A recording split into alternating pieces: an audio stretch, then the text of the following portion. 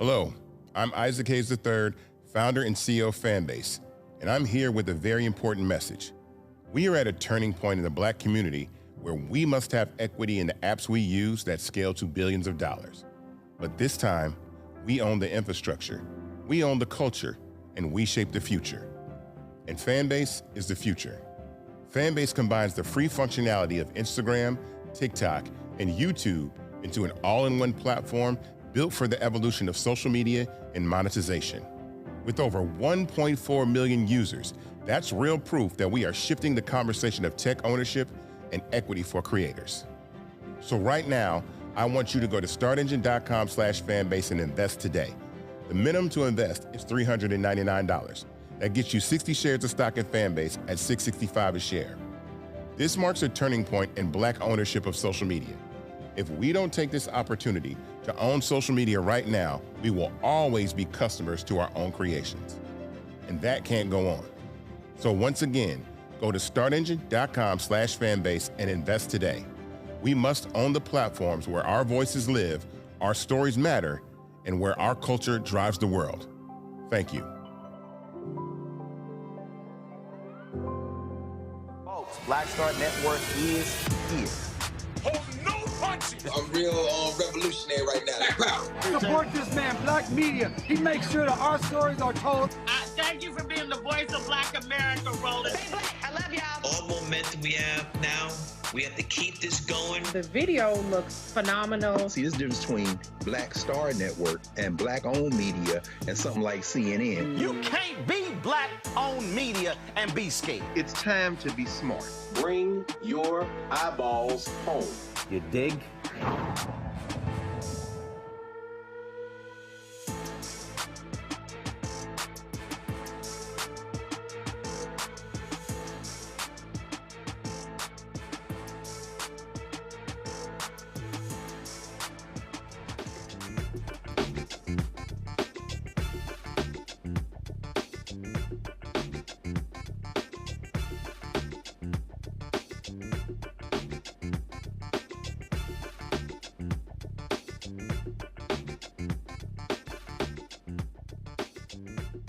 Folks, today's Thursday, October 16th, 2025. Coming up on Roland Martin Unfiltered. We're streaming live on the Black Star Network from the campus of Virginia State University here in Petersburg, Virginia, for this special edition of our show, focusing on the upcoming election. Critical elections happening in this state that will determine who is in control of government. Lots we're going to break down. We'll also hear from the chair of the Congressional Black Caucus, Congresswoman Yvette Clarke. In addition to that, this is the 30th anniversary of the Million Man March. So there's a lot we're going to talk about, including yesterday's Supreme Court oral arguments that dealt with the issue that could jeopardize nearly half of the Congressional Black Caucus and destroy Black political power all across the South. Lots to this breakdown. It's time to bring the funk on Roland Martin Unfiltered on the Black Star Network. Let's go. Unfiltered. He's got it. Whatever the miss, he's on it. Whatever it is, he's got the scoop, the fact, the find. And when it breaks, he's right on time and it's rolling. Best believe he's knowing. Putting it down from sports to news to politics. With entertainment just for kicks, he's rolling. It's on go, roll, roll, y'all. It's Roland Martin, rolling with Roland now. He's funky, he's fresh, he's real, the best, you know he's Roland Martin now.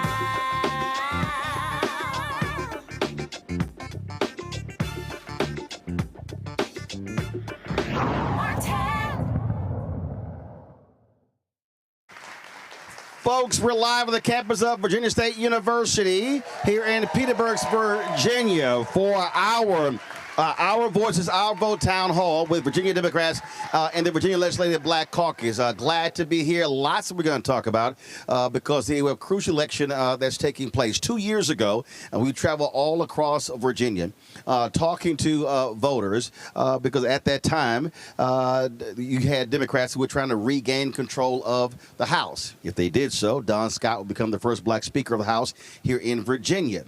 that actually happened. So now, 2 years later, they're trying to hold on to that power, and there's some crucial issues that are at play. One of those issues deals with restoring the voting rights, passing in the legislature to put it as a constitutional amendment to change the Constitution. That's a huge, huge issue we're going to get into tonight. So there's a lot we want to get to. We'll be talking to candidates who are running for the House of Delegates. We'll also be talking with university president, and of course, and I mentioned earlier, Don Scott, my alpha brother, university president, my alpha brother. Sorry, Wes. I'm sorry, Wes. Everybody ain't able, Wes Bellamy. So we're going to get to all of that. But first, let's go to our panel right here. I want to introduce them right now. Wes Bellamy, he is political science chair here at Virginia State University. Janelle Sinclair is the chair of the Petersburg Democratic Committee. And Arnold Westbrook is a Petersburg City Councilman. All right, y'all give it up.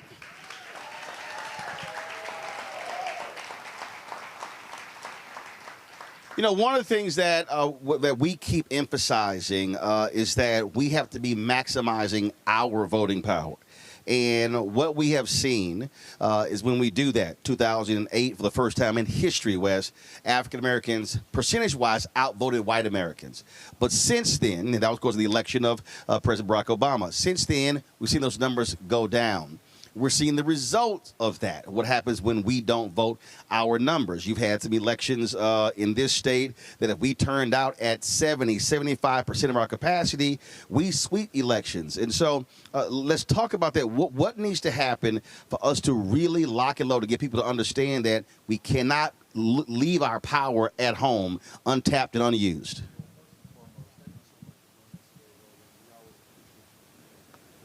It's to Black America, specifically ensuring that our stories are told and that our issues are being discussed. We're super excited to be here at Virginia State University, where today we had our student voter registration day as a part of Trojan Voting Week, in which today alone we were able to register 412 young people. Super excited about that. Very, very exciting election coming up this year. And we've been emphasizing not only in classes within the campus, but President Abdullah, who, you know, he's an alpha, but he's all right with me, unlike you. Shout out to the noobs. But in all seriousness, we've been very steadfast on campus in the surrounding community about the importance of folks coming out to vote. And while we know that there's a great deal of conversation taking place on the national level, we have pivotal elections that are taking place here in Virginia. One, the gubernatorial election, which everybody knows about, or we're hoping that everybody knows about, but it's really these state house seats and these Senate seats that make the difference. We have a couple of candidates who are here. Shout out to Kimberly Pope Adams and others who will be here. We're going to be hearing from them, and we're encouraging our young folks specifically. It's one thing to complain about what's happening at 1600 Pennsylvania Avenue. It's another thing for us to get out and do something, and we cannot allow our voices to be taken for granted. We can't allow for our votes to be acted as if they don't matter. And if we don't put the energy and time into going out and making sure that we vote, we can't complain about what nobody else does. It starts with us. Nobody else is going to come and do this for us. Nobody's going to save us. There's nobody coming down out of the sky to come and make sure that we get everything we need. We have to take care of ourselves, and that starts with voting. Janelle, I guarantee you somebody here is 412. And they say, okay, it's 412. Well, let's go back to Sherry Beasley. When she ran for Chief Justice of the North Carolina Supreme Court, had she won, Democrats would have had a 6-1 control of the state Supreme Court. When they controlled the court, they ruled against racial gerrymandering, political gerrymandering. They stopped a lot of the actions of the Republican legislature. She runs, she loses by 401 votes. Mm-hmm. You had more than 100,000 black folks alone in North Carolina who did not vote. Mm-hmm. What happens? It goes from Democrat potentially 6-1 down to 4-3. Well, then they lose again. Now it's Republican 5-2. Mm-hmm. What happens? Political gerrymandering being allowed. They're about to gerrymander more seats. Racial gerrymandering, voter ID, all those things. And so folk have to understand every vote does count. And remember, even in this state, when it was a race that was tied, and it was a choice out of picking a name out of a hat that determined who controlled the House because they were tied. So when folks say, well, one vote doesn't matter, we know that's a lie. Mm-hmm. Yes, we do know it's a lie. As Kimberly Pope Adams, 53 votes made a difference in her race. It's 53 people in this room that could have made a difference 2 years ago. Now we have people that are sitting in seats at this moment making pivotal decisions that impact me, but more so our young people, and that will impact your children. If we do not get out and vote, we will not be able to stop them from anything trickling down from the federal level to the state level. We have to have a gap stop at some point to say that no means no, and we're not going to abide by the horrendous policies that they are doing up at the national level. So we have to have someone at our governor level, our lieutenant governor level, especially our attorney general level, but more so our General Assembly, so that they can implement policies that will protect us. Absolutely. Before I go to Arnold, just folks know, we always, when we go to many places, we invited Petersburg Mayor Sam Parham to come on today's show, but he declined an invitation to come.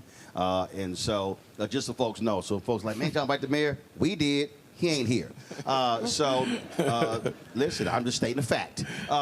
Councilman, one of the things that I'm always saying, though, that it's one thing to tell folk they need to vote. It's one thing to say, hey, we need to get you to register. But we have to also really begin connecting the dots. Because let's just be honest, a lot of folk have no clue what the hell y'all do. They don't. People don't, a lot of people don't know how the difference between a city councilman, a county exec, a state rep, a state senate, what a school board does. You get members of Congress who say they get phone calls that's about stuff that's really the city or the really a county job. And so we also have to have, after the election, before the next election, constantly what I call voter education, civics 101, so people really understand how government works and how government impacts every facet of a person's life. I definitely would agree with that. On behalf of Mayor Parham, who was a little bit under the weather, I am stepping in on his behalf. He does you should have told me he was sick. Well, that's a big thing, like communication. Communication in our communities is very important, and I think it does start with the youth and this new generation of voters and not getting voter fatigue. I think that's what you kind of was alluding to, because in Virginia, we vote every year. But that's everywhere, though. I mean, no, not every state votes every year. No, probably. What I'm saying is, no matter where you go, there's going to be an election, whether it's a statewide, federal, city, county, or school board. So the reality is you're always going to have, and also depending upon what municipality you live in. And so I get people to say voter fatigue, but they sure not fatigued when electricity goes up. Correct. Not fatigued when they're looking for improvements for economic development. Correct. When they're talking about funding HBCUs. Correct. And so, again, other folk ain't tired. And I agree. We have to make sure that our students understand that this is a marathon and it's not a sprint, as well as our older people to pour back into the elders, to pour back into the youth and the middle class so that everybody's playing their part. And that's what I meant about communication, because it is a difference between being on city council as well as being on school board. I can't handle all the issues, but I kind of be informed of them so I can talk to the constituents, let them know that I am concerned. And I think it's about servant leadership, so that as I teach the students, whether it's my Crown Him guys, Call to the Kings, or my Crown Her girls, that I empower the young people to understand. Oh, what are Crown Her girls? You get the Crown Guy shout out. Well, see, the Crown Her girls are here. Y'all gonna put y'all crowns up? All right. Oh, so the dudes say something, but y'all don't say nothing. We're working on that, Roland. We're working on it, Y'all Roland. ain't got no calls. See, I don't want to do all my calls because y'all ain't got no call and response. Just go, hey, Crown girls, hey. Well, we got one for everybody. We got one that everybody does. Can we get a Hell State? Hell State? Okay, that's good enough for you, brother. No, because the damn girls still ain't said nothing. It's a lot of calls. Saying, go but see, ahead. I'm not gonna call on my Omega brothers. So I don't miss nothing, but go ahead. You know what I'm saying? I ain't missed that dupe and that alpha shout out. But again, we hear about all of us working together. He's an Omega. The Omegas are on the front lines too. On the what? The Omegas are on the front lines, man. You know what I'm saying? Don't hurt your feelings. In all seriousness, we all play our parts and we all know how to get these things out. So whether it is economic development, the homeless rate, the poverty, or issues that really affect people differently. It's all about still just getting out and making sure that we can have good, sensible conflict resolution discussions, because I teach speech and debate here at Virginia State University, and we're also taking it into the schools of Petersburg so that we can understand in this time we can be disagreeable without being violent and just straight nasty to people. But how can we get to the table and talk? Because a lot of times when we get to these tables, we can find that there's similar talking points between us both so that we can move this needle forward for a better country that we live in. The West thing for me, though, is when we're talking about, again, elections, and for me, the reason I get it in a different way, because my parents were co-founders of a civic club. So the age of 8, 9, and 10, I'm sitting there, because we all free labor, sitting here. So the granular issues that impacted a neighborhood, going to city council meeting, knowing who to call, how to get vacant lots cut, and how to get abandoned houses torn down. So I saw it at that level. And that's the thing I think we need to get many people to understand. And this is why I think voter education is so critically important, because that's the role of government. What has happened is folk are running around saying, well, government has no impact on my life. And I'm like, that's the dumbest crap I've ever heard in my life, because it impacts literally every facet of your life, from the womb to the tomb. And so this idea that it does it's crazy. I mean, we had this discussion in class just yesterday, and I want to give a special shout out to our SGA, who are all up here in the front row, Marquise, the president, and several others. They've been working diligently to ensure that, again, students are registered to vote, and we're talking about the issues. But one of the things we discussed in one of my classes yesterday was specifically when we talk about the school board, for example. Some people talk about, well, when I was in high school, I didn't learn Black history. I'm not learning it how I'm learning now. And we had a real civic lesson about, okay, well, if the governor appoints the members of the Board of Education, and then the board, which I served on the State Board of Education, and then the State Board of Education members direct the superintendents, who also work in conjunction with the school boards, and they say, well, this is the curriculum in which we want to see pointed out or put out for our communities. And if those curriculums are disadvantageous to Black folk and we're not able to learn what we need to learn, the issues isn't necessarily with the teachers. It's, again, us understanding who we need to put in the seats on the school board, but then also the appointment person. So that's why this gubernatorial election is of the utmost importance. Roland made a very pivotal point. We've seen across Virginia, there have been some cities in which water has been a very serious issue. Well, in many regards, that's a city and municipal issue, with some funding also coming or not coming from the state,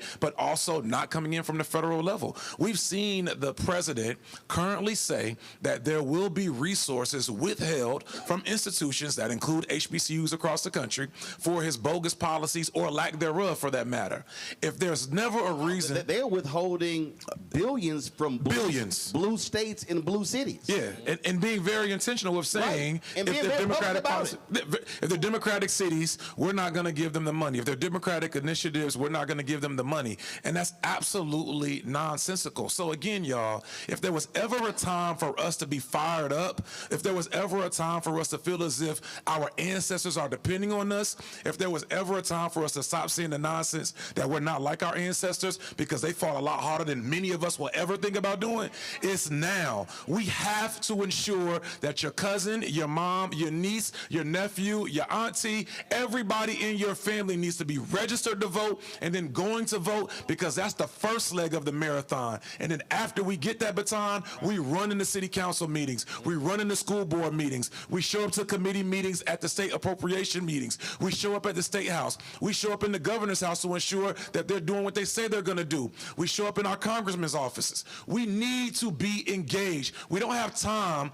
to play around and BS around. This institution wouldn't be here unless we had people who were fighting for us. This institution wouldn't get the nice dorms that we're working on. We wouldn't have this new building that we have without people like Eldon Burton and President Abdullah working to secure funds for us. So y'all, the least that we can do is go and fight and show up.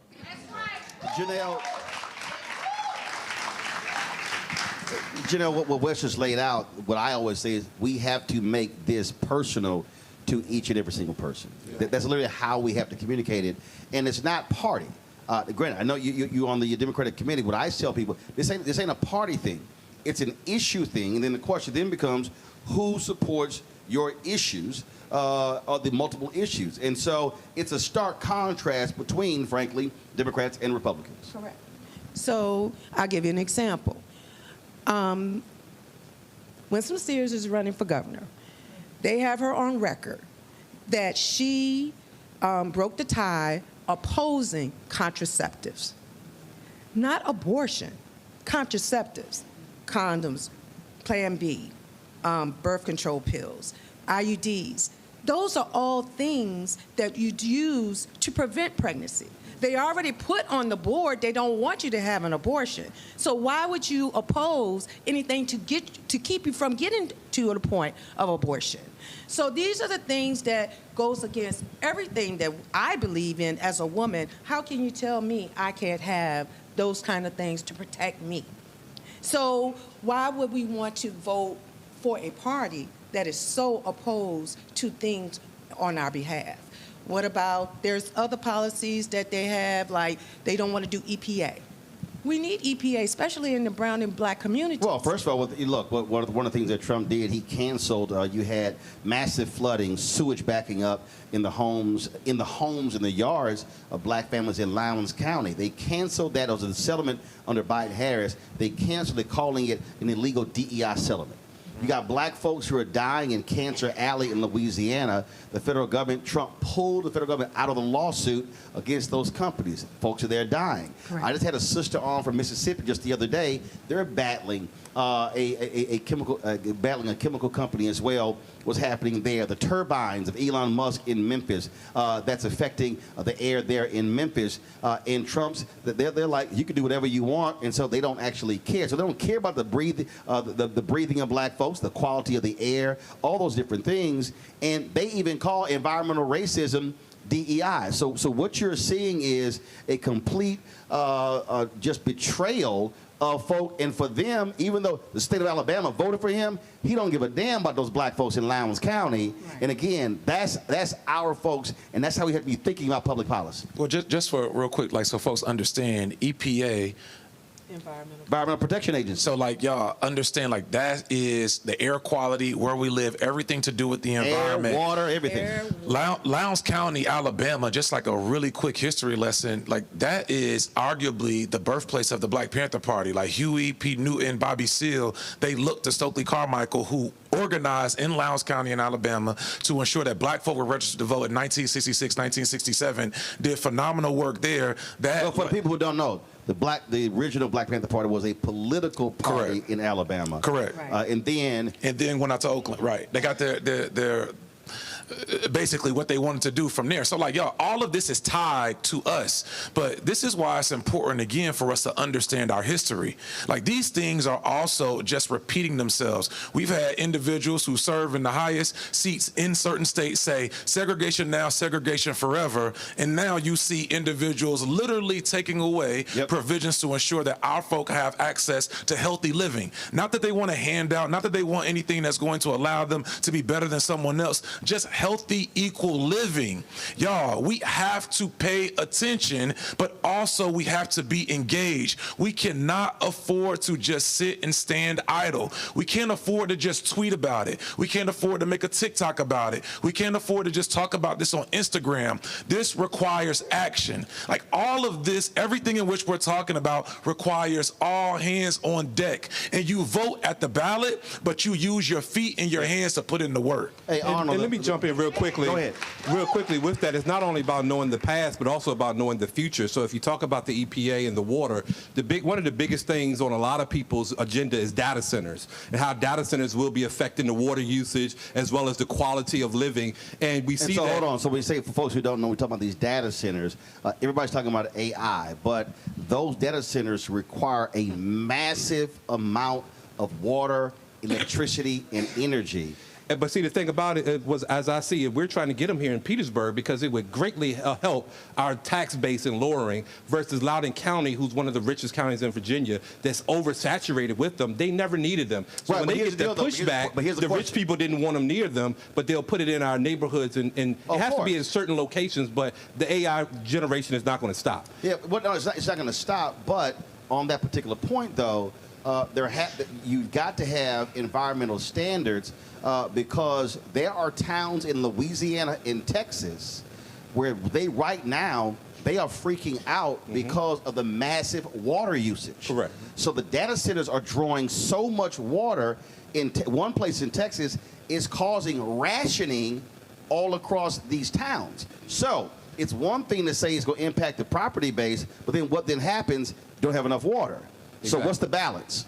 Well, to me, the balance is it right for the people? And this is where the people come out. I don't want to make a vote for 34,000 people without understanding what does the will of the people want. And this is why I'm going out door to door and I talk to people. And that this is just one major issue of the future. But it's also Petersburg, Virginia has ranked number 10.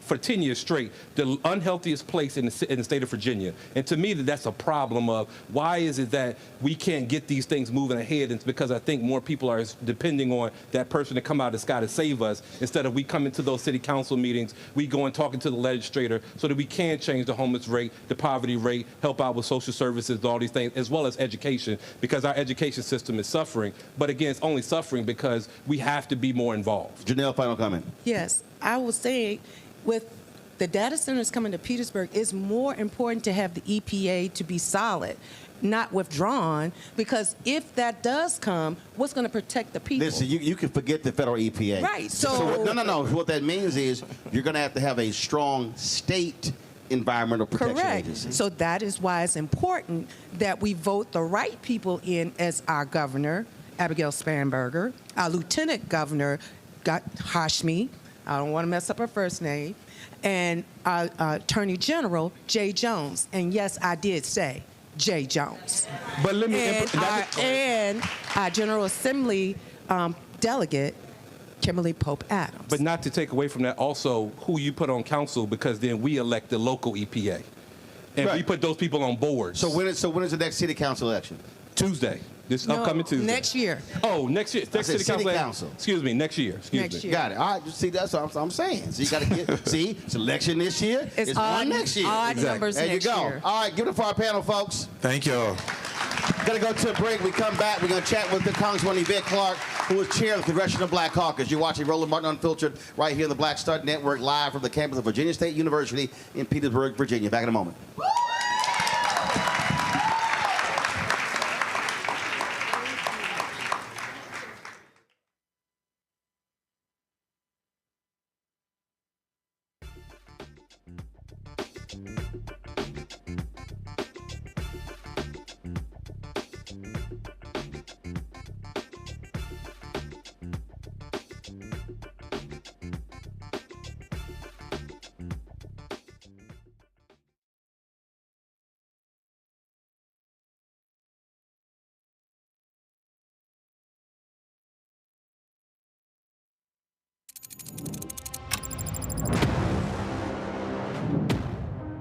Afrotech, it's a lot of beauty, a lot of brilliance, a lot of intellect, a lot of innovation.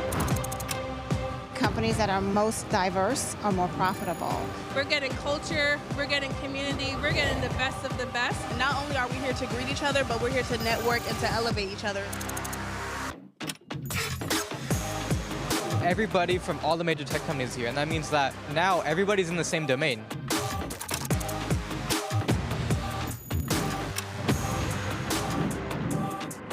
This is the premier event every year. This is really where we could take off. You can go fast by yourself, but we go farther together. This is where you're supposed to be.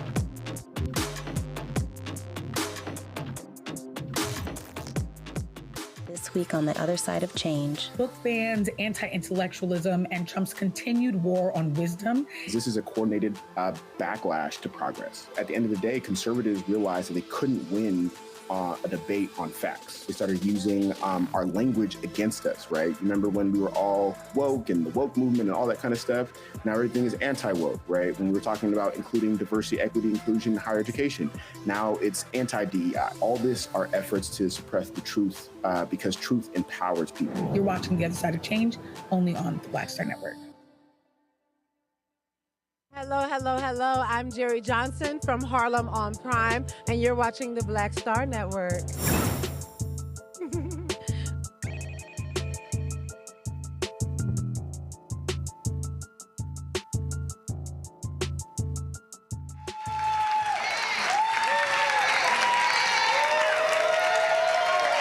right, folks, we're live here at Virginia State University in Petersburg, Florida. Glad to be here, focusing on, of course, the election in just a couple of weeks. But while this is happening, of course, the federal government shutdown continues, and we're still seeing the impact of health care. That's the dominant issue that we're seeing, as causing Democrats to say they're not going to cooperate with Republicans until this is addressed. Joining us right now is the chair of the Congressional Black Congressional Black Caucus, Congresswoman Yvette Clarke. Congresswoman, how you doing? Congresswoman Yvette Clarke. Congresswoman, how you doing? Congresswoman Yvette Clarke. It's great to be with you and your audience. Interview here, but I can't hear. All right, come on. Can you hear me now?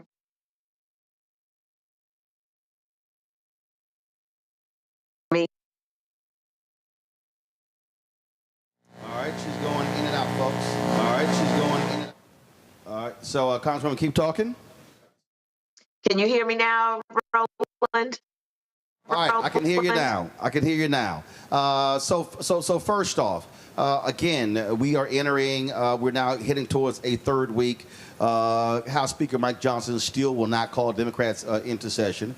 And what do you hear from your constituents? Are they standing behind you and other CBC members holding out with this government shutdown over the issue of health care?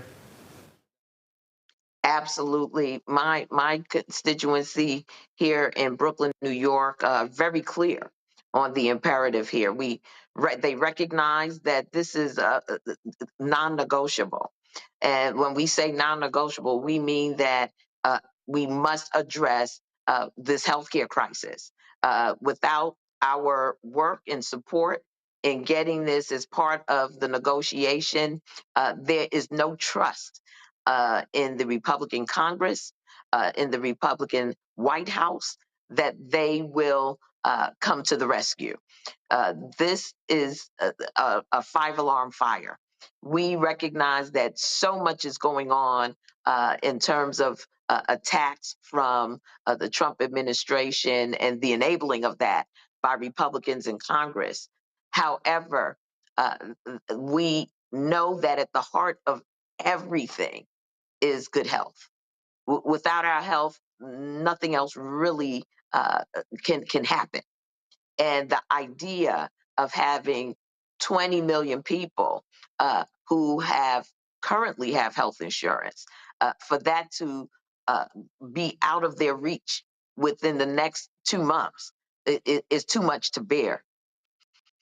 And so my constituents here in New York City, in Brooklyn, of this fight, and they support it wholeheartedly.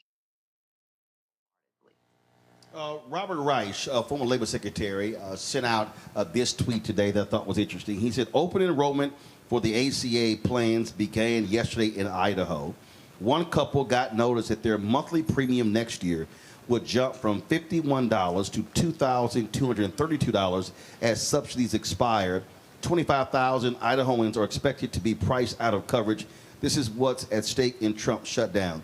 And one of the things that I've said, I said this to DNC Chair Ken Martin yesterday, I said to Senator Chuck Schumer, Democratic leader Hakeem Jeffries, it's one thing having politicians talk about what's going on, but you've got to put a face on it.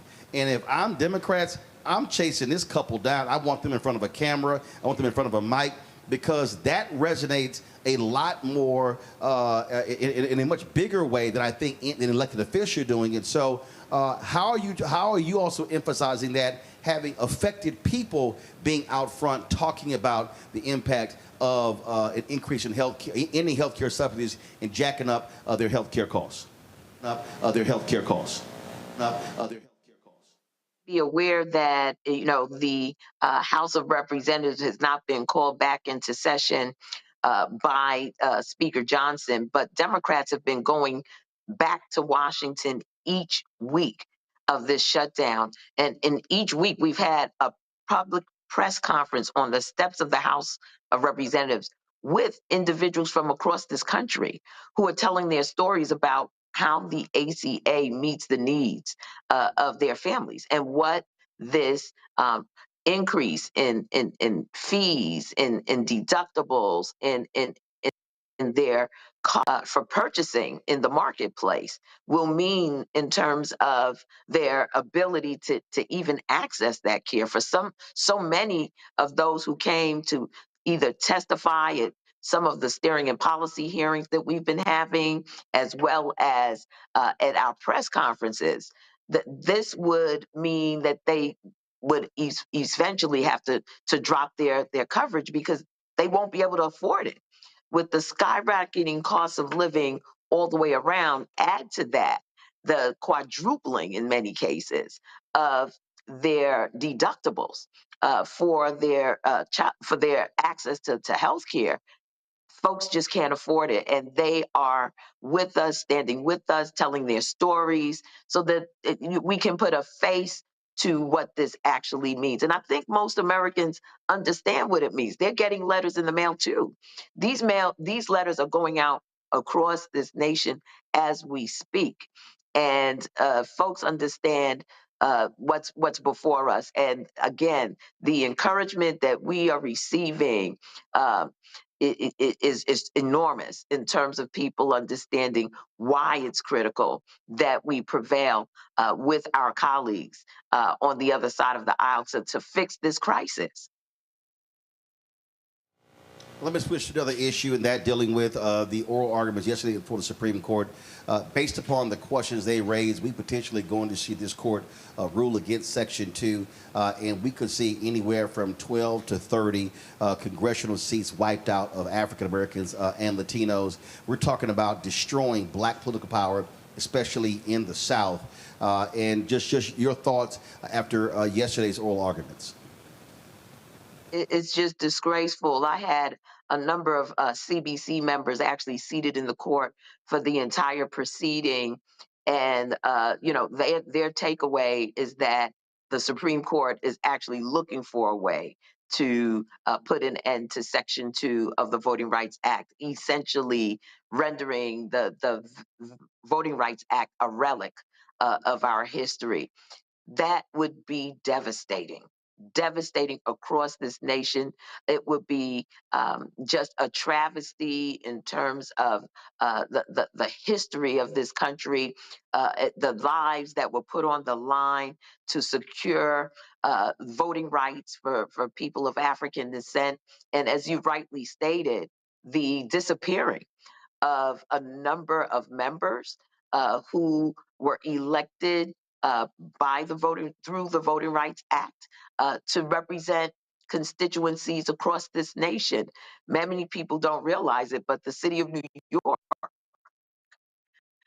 was governed by the Voting Rights Act as well, so that people, the diversity of who we are, particularly African Americans who have been prohibited from voting for so long, would have the opportunity in the wake of obtaining the franchise to elect individuals who come from their lived experiences, who they find affinity with in terms of policy and vision for inclusion and diversity in our nation and equity. And so this would be a severe blow, not only to the voting rights movement, but to civil rights in the United States of America. And so we hope that those questions will not stand in the way of doing what is right by the American people. We know that living in a colorblind society, we know that racism, bigotry, and hatred is on the rise in America as we speak. And we also know that in the wake of the lack of support from the Supreme Court for Section 5 of the Voting Rights Act, the moment that provision was allowed to lapse all across this nation, primarily in the South, without the pre-clearance, we saw the abuse of voting rights districts and voters in those districts by the powers that be that had never really appreciated the Voting Rights Act take action against communities of color. And so, we have got to raise our voices. We have got to make sure we're educated and informed about what is going down. This one decision Louisiana versus Calais will upend the Voting Rights Act as we know it. All right, Congresswoman Yvette Clarke, we appreciate you joining us. Thanks a lot. We appreciate you joining. Thank you for having me, Roland.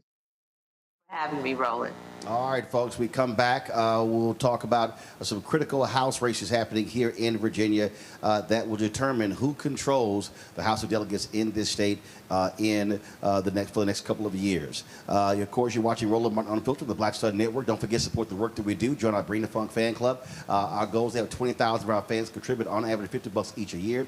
It's $4.19 a month, 13 cents a day. Of course, what that does is it funds all the efforts that we do. We're going to be traveling all around the country, going to different states in 2026, covering these critical elections, whether it's in North Carolina, Georgia, Texas, Florida, you name it. We'll be on the road, so your support is critical. If you want to contribute via Cash App, use the Stripe QR code. You see it right here on the bottom left-hand corner. That can also be for credit cards. PayPal is R Martin Unfiltered. Venmo is RM Unfiltered. Zelle, Roland at RolandSMartin.com. Roland at RolandMartinUnfiltered.com.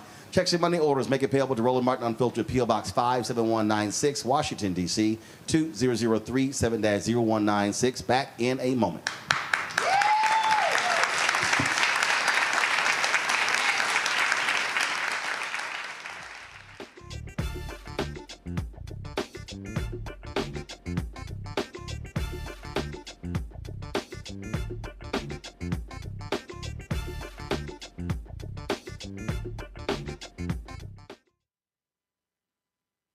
If in this country right now, you have people get up in the morning and the only thing they can think about is how many people they can hurt, and they got the power, that's the time for mourning. For better or worse, what makes America special, it's that legal system that's supposed to protect minorities from the tyranny of the majority.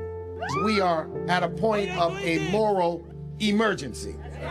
We must raise a voice of outrage. We must raise a voice of compassion. And we must raise a voice of unity. We are not in a crisis of party versus party. We are in a crisis of civilization, a human rights crisis, and a crisis of democracy itself. And guess what? You've been chosen to make sure that those that would destroy, those that would hate, don't have the final say, and they don't ultimately win. They said the quiet part out loud. Black votes are a threat, so they erased them. After the Supreme Court gutted the Voting Rights Act in 2013, Republican legislatures moved fast. New voter ID laws, polling place shutdowns, purges of black voters from the rolls. Trump's Justice Department didn't stop it, they joined in. In 2018, his DOJ backed Ohio's voter purge system, a scheme that disproportionately erased black voters. Their goal, erase black votes and political power. Yeah, that happened. These are the kinds of stories that we cover every day on Roland Martin Unfiltered. Subscribe on YouTube and download the Black Star Network app. Support fact-based independent journalism that centers African Americans and the issues that matter to our community.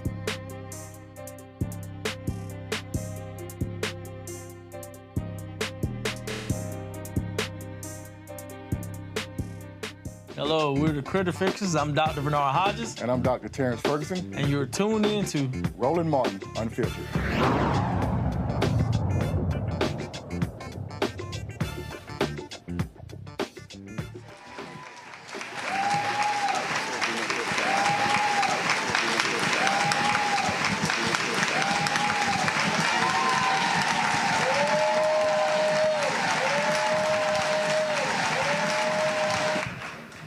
Folks, 2 years ago, we traveled around this state. My next guest was running for the House of Delegates, lost by 53 votes. Is that what it was? And so now she is running again. Put your hands together for Kimberly Pope Adams.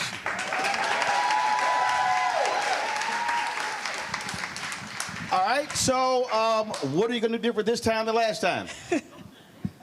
Get 54 more votes. So how are you going to do that? I mean, after last time, what assessment did you do looking at your campaign, and what assessment did you do to look at why you lost. What did you do? Yes. Well, first I want to thank you for having me. Thank you for being here 2 years ago. And I will say this, I don't say that I lost, I say that I fell short because I learned so much.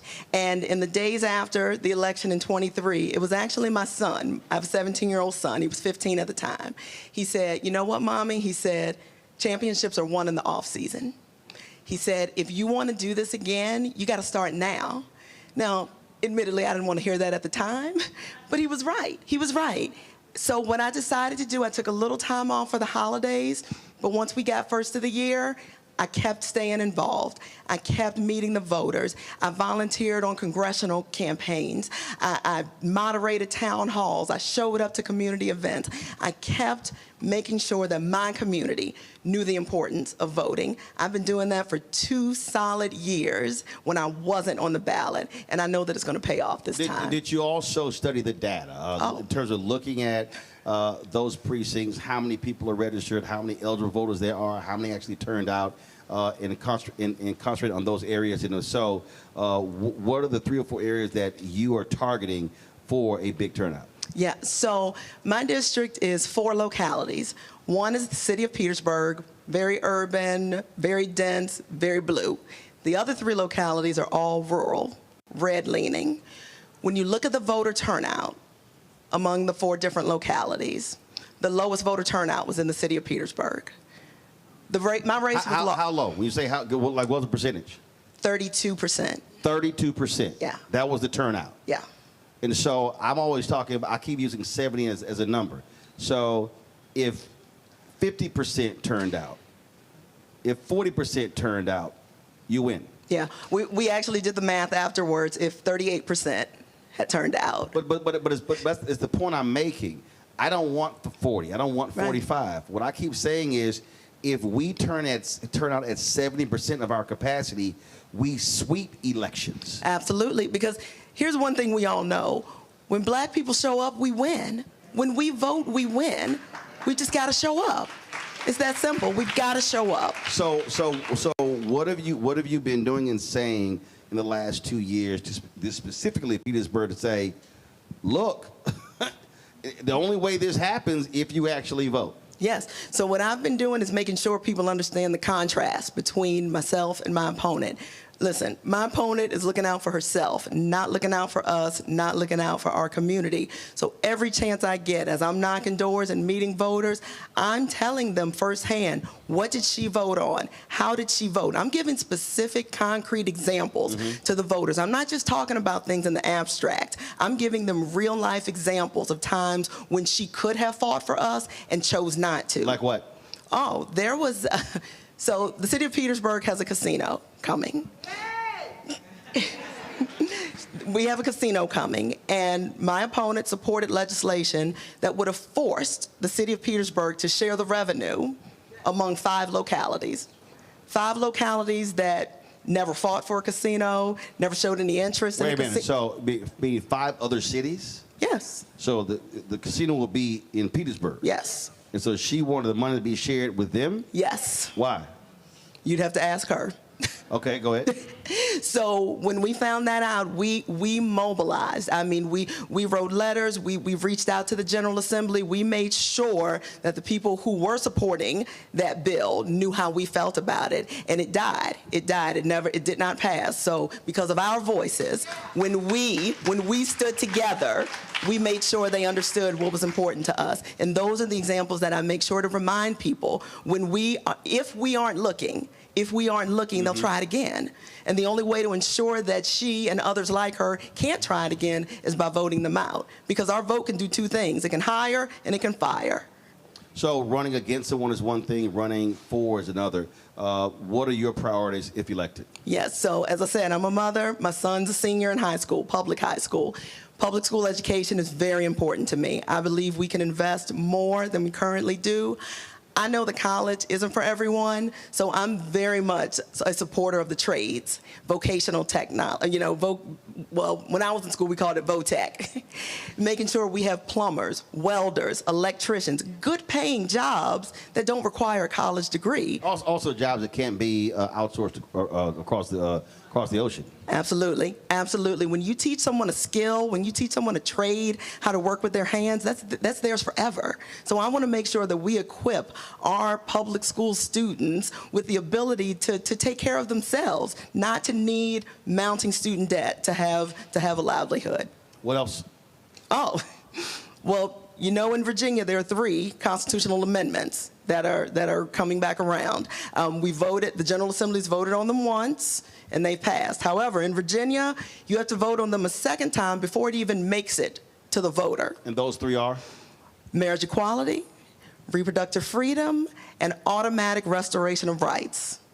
Right now, Virginia is the only state in the United States where you do not get your rights restored upon paying your debt to society. You have to ask the governor specifically and hope that the governor grants you back your rights. But also, folks who don't know, that is a law that dates back to the early 1900s and was a racist law. It had absolute racist intent.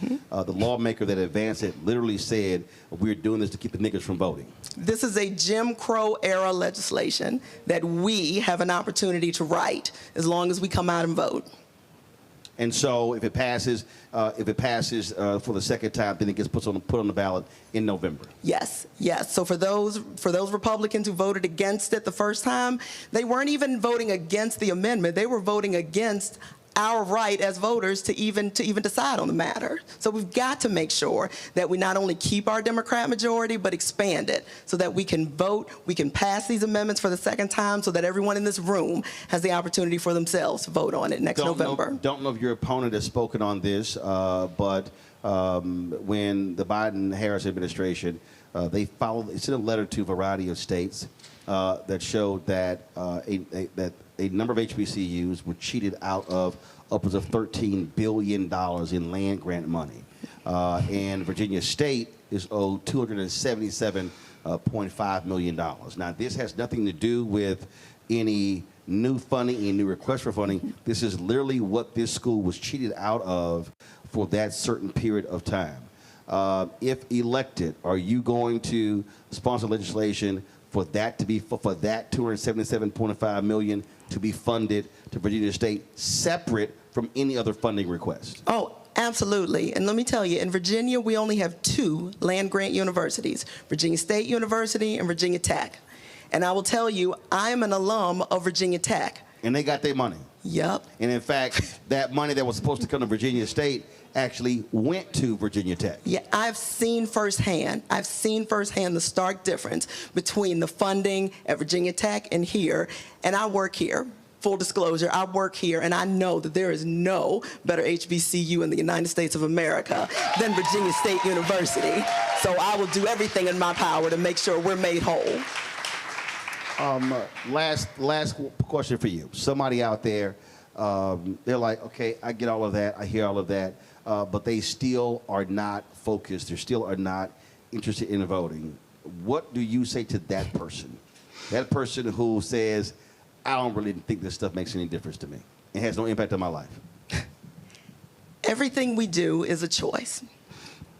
When we wake up every morning, we have to decide, do I want to think about just myself or do I want to think about my community? Your vote is an opportunity to do both. You are doing something for yourself, and you are also doing something for everyone else around you. I can't stress enough how your vote is not just one. When we collectively decide what we're going to do, then anything is possible. And I need people to understand that this is not just about today. This is about next week, next year, next decade. Because if we don't elect the right people, the policies they put in place today are going to impact us for a generation. So we have to think about, what do you want today? What do you want tomorrow? What do you want 10 years from now? All right, folks, it's the 82nd House District. Put your hands together for Kimberly Pope Adams. I appreciate it.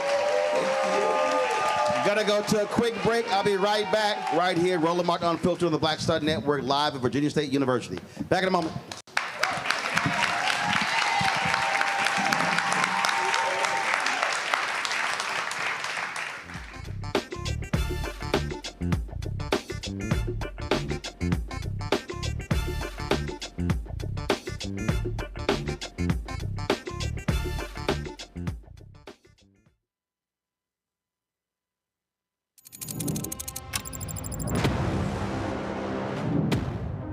Afrotech, it's a lot of beauty, a lot of brilliance, a lot of intellect, a lot of innovation. Companies that are most diverse are more profitable. We're getting culture, we're getting community, we're getting the best of the best. And not only are we here to greet each other, but we're here to network and to elevate each other. Everybody from all the major tech companies here, and that means that now everybody's in the same domain.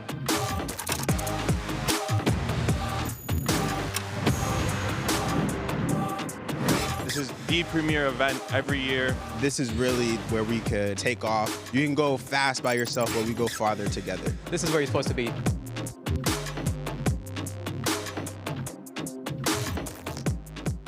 If in this country right now, you have people get up in the morning and the only thing they can think about is how many people they can hurt, and they got the power, that's the time for mourning. For better or worse, what makes America special, it's that legal system that's supposed to protect minorities from the tyranny of the majority.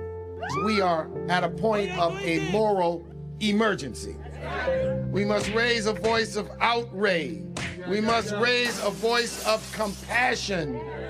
And we must raise a voice of unity. We are not in a crisis of party versus party. We are in a crisis of civilization, a human rights crisis, and a crisis of democracy itself.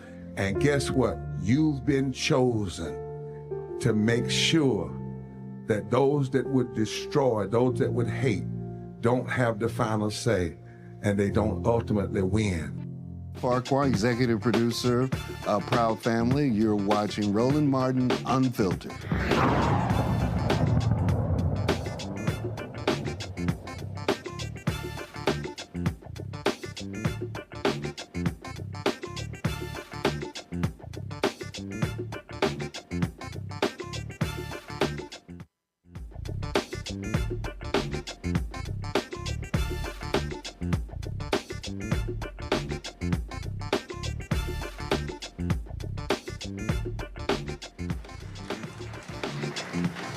Folks, welcome back to Virginia State University. I am glad to be back here. 9 years ago, I gave the commencement address here at the Virginia State, and we had a great time there. So let's welcome our next guest, the president of this university, my alpha brother. Put y'all hands together. Y'all know him well, Dr. Makola Abdullah. This is So we're talking about our voices, our vote, and this is the thing people understand. This is a state school. Yeah. This is taxpayer money. That's right. So black folks have been spending money, have been paying taxes, sales tax, property tax, vehicle tax, all of this, and we expect our institutions to be as well funded as the University of Virginia, Virginia Tech, and others. That's right. That's right. And I think the key is, you talked about it earlier. You talked about what a difference 400 students makes. We're about almost 6,000 students now, about 5,800 students. If you count faculty and staff, then you're almost close to 7,000. If the people at Virginia State University vote in local elections, whether it's Petersburg or Chesterfield County, they can swing every election in our local area. And regardless of who they vote for, the issue becomes them. And if the issue becomes them, then the issue becomes Virginia State University. So we're not red or blue, we're orange and blue, Virginia State, and we're voting on the issue of VSU. And the thing is, in many of these places, let's just be honest, they're scared of HBCUs. You take North Carolina. The Republicans there literally split North Carolina A&T into 2 congressional districts, which is insane. I mean, I don't know how you split a college campus, because they did not want, just what you described, they did not want a mass turnout of HBCU students determining who the member of Congress is. in Prairie View, Waller County. And they have been fighting Prairie View students for the longest because if Prairie View students voted, their numbers, they could control the entire county commissioner's court. Look, our institution was built on that kind of political activism. You just had Kimberly Pope Adams here. She works at Virginia State University, but her seat was formerly held by the founder of Virginia State University, Alfred W. Harris. The first black congressman in the Commonwealth of Virginia held Jennifer McClellan's seat, John Mercer Langston. He was the president of Virginia State University. And so voting, activism has always been important at VSU, and that's why I'm so proud of whether it's Arnold Westbrook or Wes Bellamy, even though they're not members of Alpha Phi Alpha Fraternity Incorporated. Everybody couldn't get in. Everybody couldn't get in. But well, I mean, it's true. No, I'm sorry. I'm sorry. But for us to not just have a dream, but to have a plan, a strategic plan, right, to make sure that we register our students and not for a presidential election. Many times as universities, we get excited and we get motivated around presidential elections, but to do it for local elections, I think is very important. And speaking of that, it was unfortunate that the twice impeached criminal convicted felon-in-chief would not do his second debate that was supposed to be. I was on your show talking about the debate that was supposed to happen here at Virginia State in this facility. The first presidential debate hosted by Historically Black College. It didn't happen. But again, all of that and all of this is to continue to motivate young people to vote.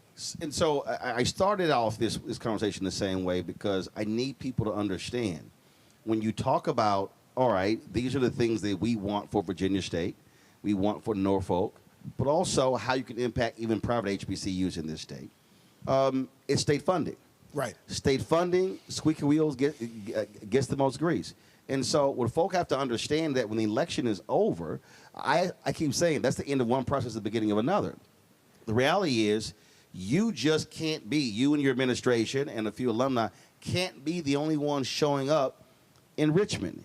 You've got to have people in this city, alumni, others, not just on one day, but consistently pounding the door saying, y'all had better make sure that when you taking care of University of Virginia and Virginia Tech, you better be taking care of Virginia State as well as Norfolk. And our folk got to realize that you need that level of support. That's right.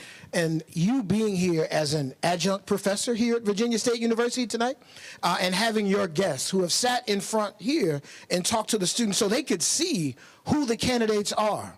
And so after they win or lose or win, that we can continue to hold them accountable to make sure that financial aid is on the docket, that more capital funds are on the docket, so these students have the buildings that they need to be educated. All of those things are critically important. And so, again, that work is being done now, and we thank you for it. So. Look, we talk about, and again, I think a lot of people don't just really don't realize.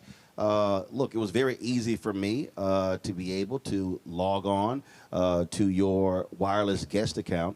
But there are 80% of HBCUs in America are Wi-Fi deserts. Yeah. I mean, we talk about food deserts. So we're talking about a lot of universities, especially private HBCUs. You've got buildings that some campus. I think when I was talking to the former president of Fisk, they were building their first new campus since the Eisenhower administration. Yeah. That was 1960. I think one of the critical things is that we continue to support each other. There's really no difference between a public and a private HBCU. We compete with Norfolk State and Virginia Union and sometimes Hampton on Saturdays for football or maybe for basketball. But every other day of the week, we're the same institution.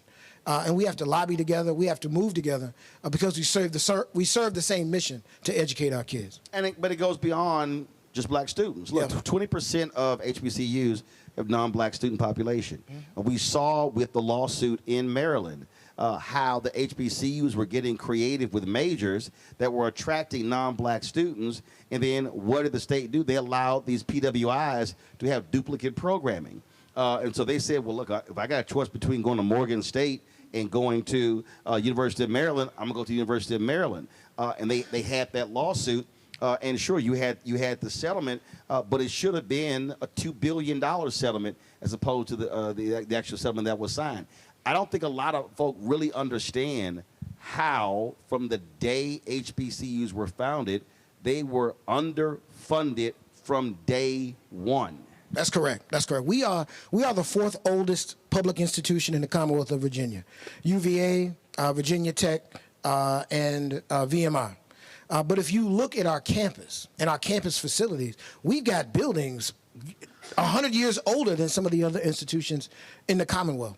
And so when you talk about infrastructure, when you talk about investment, I think it's clear that our HBCUs have been underfunded, and we have to marshal our political capital to make sure that we can correct those problems. And again, we talk about voting. It matters. And also, how do you come through? The reality is, if Democrats control the House, you will still have Don Scott, Speaker of the House, African American.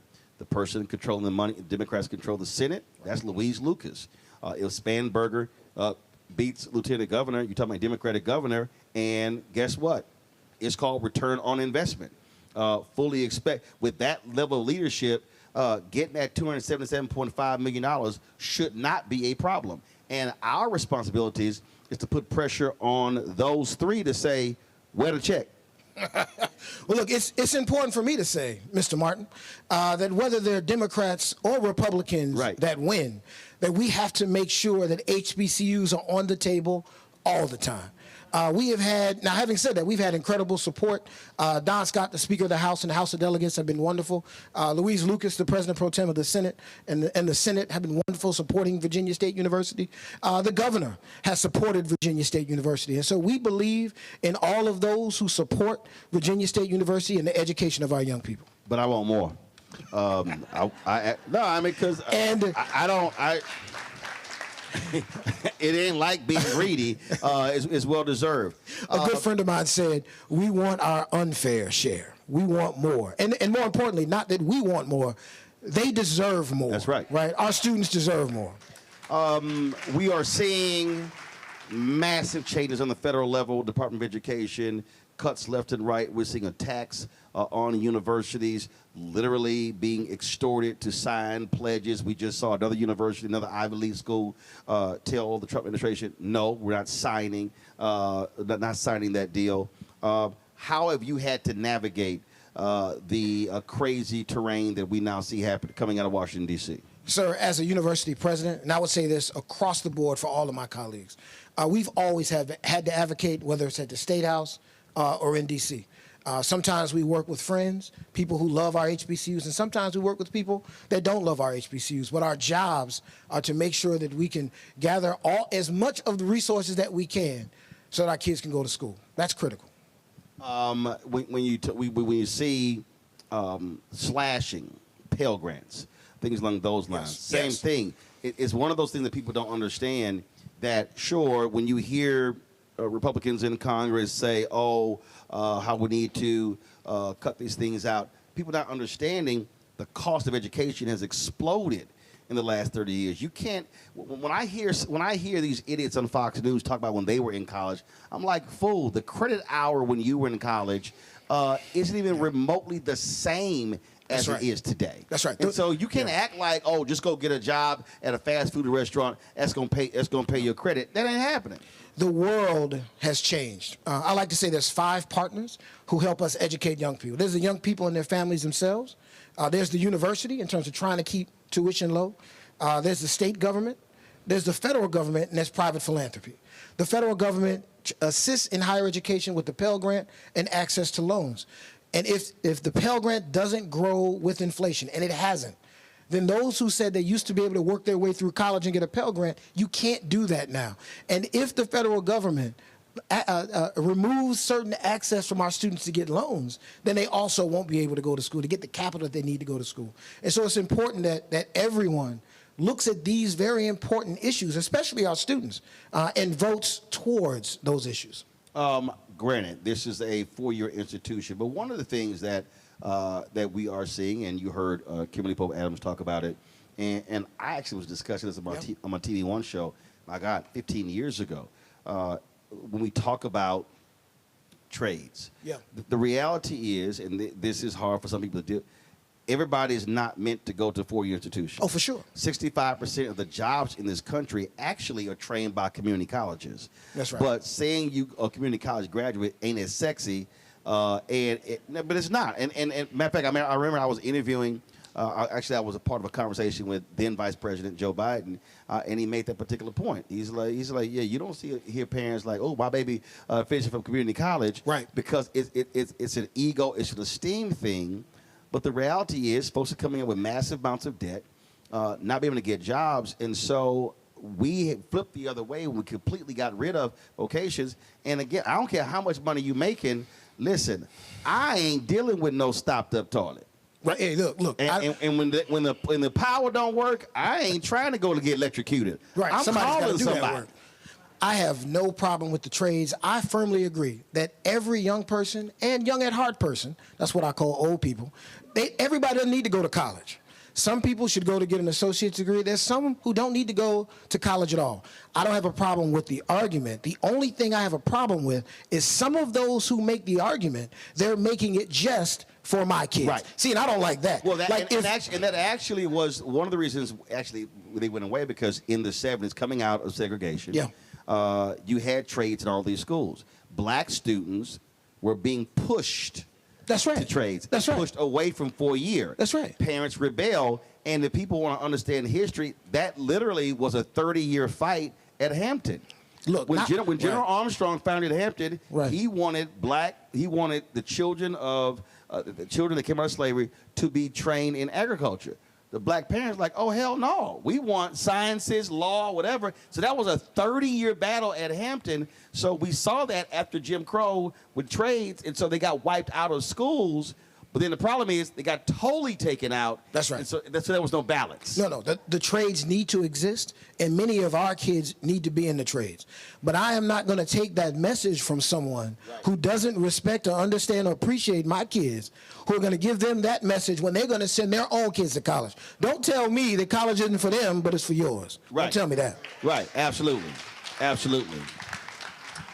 Last question for you, and that is, we are operating in this athletic NIL world. Sure. You've got a bill that NCAA others are pushing, and then they want HBCUs to get behind the bill, the SCORE Act. And in looking at that, I have some fundamental issues with it. Then I just saw something just earlier today, folks coming out opposing it. And so have you weighed in? Has Virginia State weighed in on this in terms of this NIL bill, trying to get Congress to limit how students get paid? Well, first, before I address that, and since this is the last question, I better say my wife's name, Dr. Akinyela Cobb Abdullah, the First Lady of Virginia State University. You know, she doesn't play any sports, and where's she at? And she's not doing it. No, she's not here. She's at home. Here? But she's watching, though. Yeah, you better give a shout out. She's watching, so I did that. I have weighed in. Look, I don't know all the details of the SCORE Act, but I do know this. I believe that young, particularly football and basketball players, particularly those who are in sports that are predominantly African-American, that they deserve to get as much money as they can from what they're doing. Now, if they do that, we're Division II and we're a smaller school. Can we compete with some of the Power 5 conferences for that? No. But that's okay. Heck, I can't compete with them for coaches and some for faculty. I have to compete based on who our institution is. But I don't want anything to slow down our young black men and women from receiving the monies from their actions. I don't want any of that. So I don't know how that rhymes with the SCORE Act. Oh, listen, but I've made my point clear. I agree with 100%. What I do want changes. I don't want these agents getting 20%. Ripping these folks off. I do believe there has to be some parameters there. But one of the points that I've made to folk is that I would literally argue that NIL is creating more annual wealth for black families than any other area.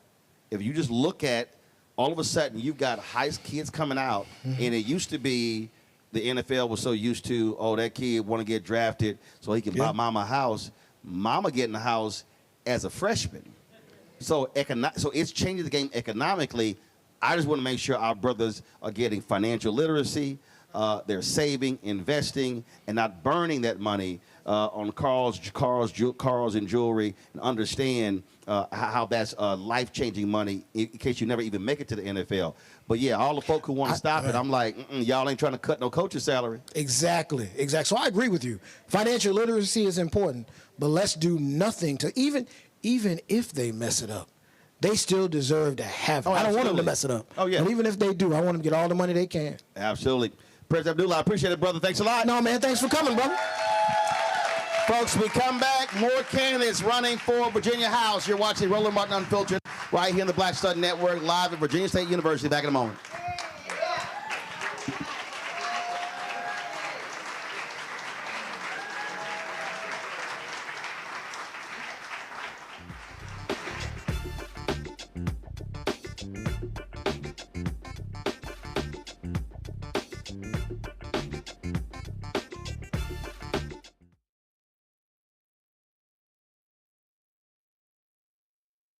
Anti-intellectualism and Trump's continued war on wisdom. This is a coordinated backlash to progress. At the end of the day, conservatives realized that they couldn't win a debate on facts. They started using our language against us, right? Remember when we were all woke and the woke movement and all that kind of stuff? Now everything is anti-woke, right? When we were talking about including diversity, equity, inclusion, higher education, now it's anti-DEI. All this are efforts to suppress the truth because truth empowers people. You're watching The Other Side of Change, only on the Black Star Network.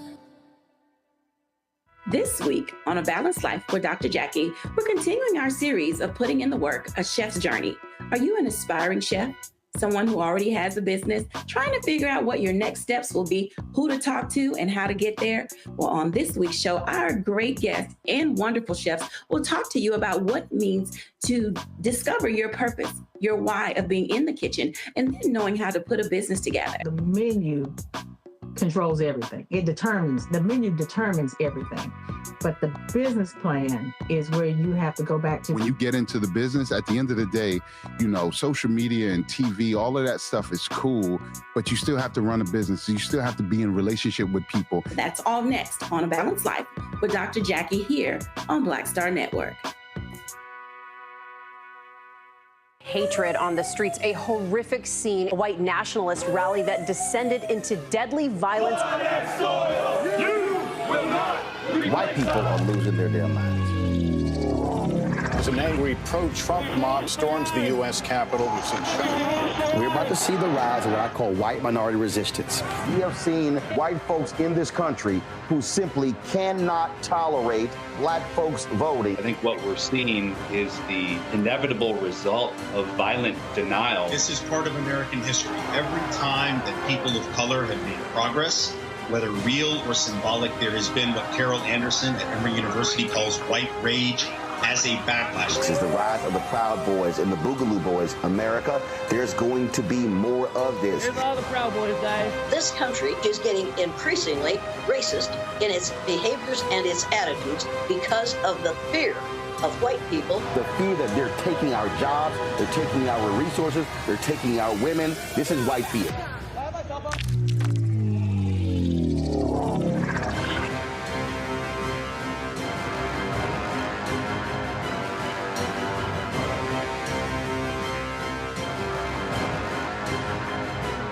In this country right now, you have people get up in the morning, and the only thing they can think about is how many people they can hurt, and they got the power. That's the time for mourning. For better or worse, what makes America special, it's that legal system that's supposed to protect minorities from the tyranny of the majority. We are at a point of a moral emergency. We must raise a voice of outrage. We must raise a voice of compassion. And we must raise a voice of unity. We are not in a crisis of party versus party. We are in a crisis of civilization, a human rights crisis, and a crisis of democracy itself. And guess what? You've been chosen to make sure that those that would destroy, those that would hate, don't have the final say, and they don't ultimately win. They said the quiet part out loud. Black votes are a threat, so they erased them. After the Supreme Court gutted the Voting Rights Act in 2013, Republican legislatures moved fast. new voter ID laws, polling place shutdowns, purges of black voters from the rolls. Trump's Justice Department didn't stop it, they joined in. In 2018, his DOJ backed Ohio's voter purge system, a scheme that disproportionately erased black voters. Their goal, erase black votes and political power. Yeah, that happened. These are the kinds of stories that we cover every day on Roland Martin Unfiltered. Subscribe on YouTube and download the Black Star Network app. Support fact-based independent journalism that centers African Americans and the issues that matter to our community.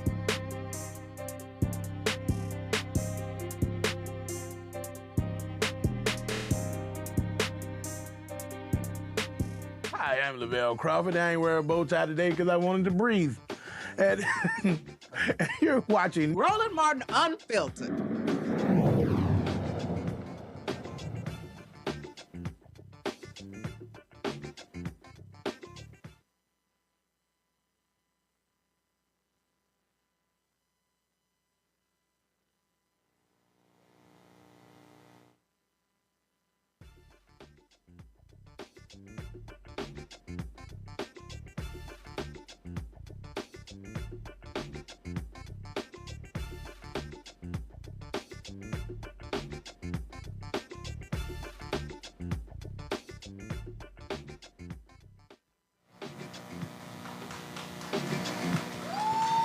All right, folks, welcome back to Virginia State University. We got three more candidates running for the House. Let me introduce them right now. Deborah Gardner, she is running for District 76. Put your hands together for Deborah.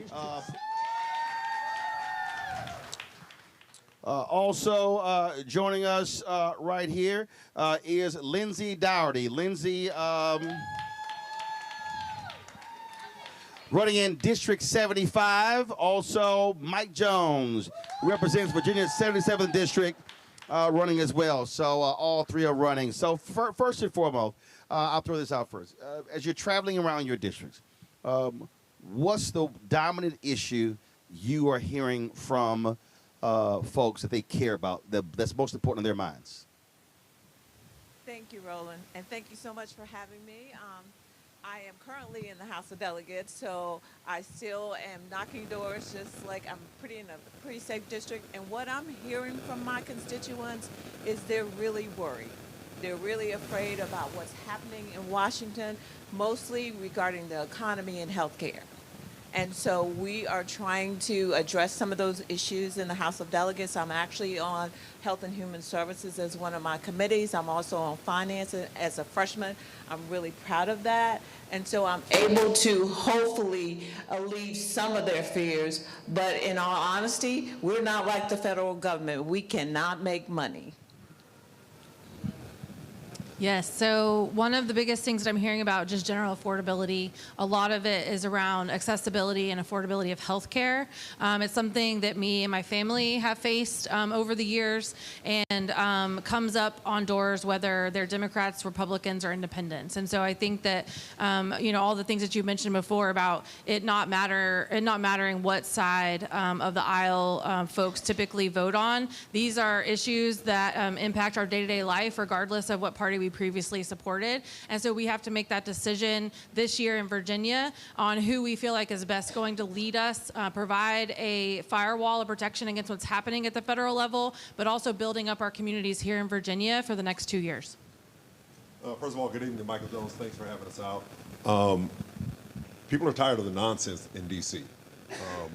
On November 1st, there was roughly 57,000 Chesterfield residents and 36,000 Richmond residents who will not receive their SNAP benefits because of the shutdown.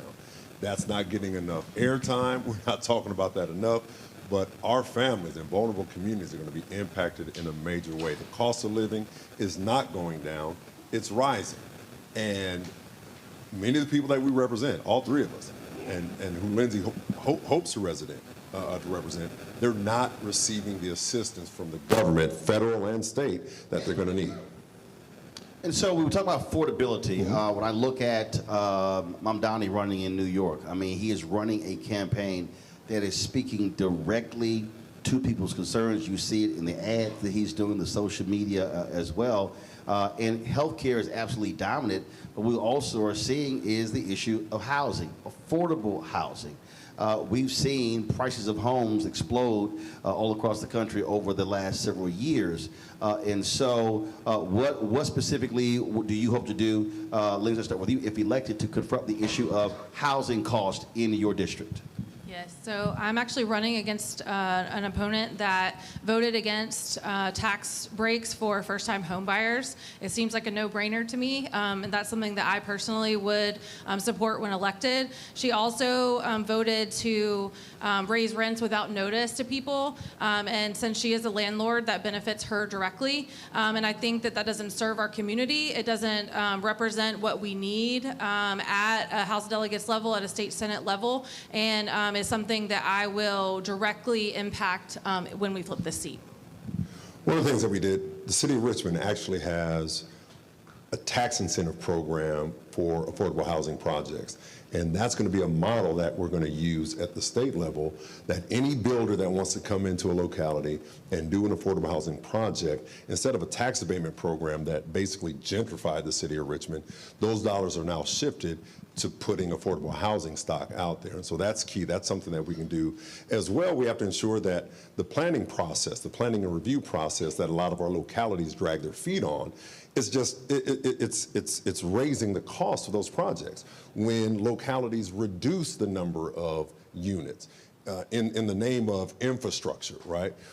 You take a project that has 1,000 units, remove 200, you just increase the cost of that project by 20%. Mm-hmm. And the developer's not going to take that on. So we need to reduce the duplicative processes within a locality. We need to encourage them to get this process through within 9 to 10 months, not 18 months to 2 years. And for me, this year during the General Assembly, affordable housing was one of my issues. I actually put in 3 pieces of legislation, 2 of which actually went to the Housing Commission for study so we could bring them back. They did not die. And one in particular, which is really kind of critical, is that we have localities and we have the state who has surplus property.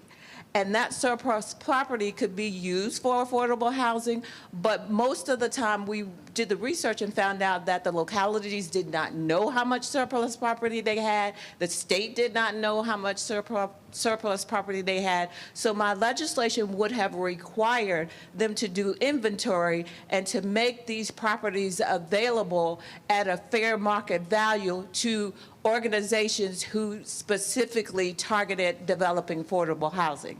And so it got sent to study. It did not die, but we've got to stop talking about the problem and start doing something. The other piece was to actually form a task force that would bring all of these pieces together, including the one that Delegate Jones talked about how long it takes to get housing through the process. And so that one is actually, they're working on pulling together, and it would have to report within a year and not just be something that you do and put on the shelf. I asked this question earlier. I talked about it with the president as well. So I'm going to ask each one of you to say yes or no. If you return to the delegate, if you are elected and you return as well, will you specifically support the state giving the $277.5 million that's owed to this school that was taken, with the money that came from the federal government, the land grant money? Do you support that? Hell yes. Absolutely. I work in a higher education university too, and we need to get these dollars into the communities that need them. And I would too, and my understanding is that they removed their designation as a land grant, and they should restore that as well as give the money back. All right then. Mike, I'll start with you. This one of the issues that specifically is important to our community, black-owned businesses being able to tap into state contracts. what does that look like for Black-owned businesses in this state? The reality is, if you look at most of our businesses, the ones that have been able to build and grow, the reason Atlanta is what it is because of the airport, because of contracts there, because of contracts with the city. We've not seen that replicated in some other different places. So talk about what you will do to advance that issue if you get to go back. Right. We know we can't do set-asides and namely say, all right, you have to spend X, Y, Z. But some of the things that we can do is begin to look at and focus on. Pull that mic up a little bit higher. Hold our developers accountable, that the procurement processes, whether it's a locality, whether it's a state level, to ensure that they are being equitable in the dollars that they do in Atlanta. All right, if someone couldn't scale up to do the entire airport, okay, do the runway.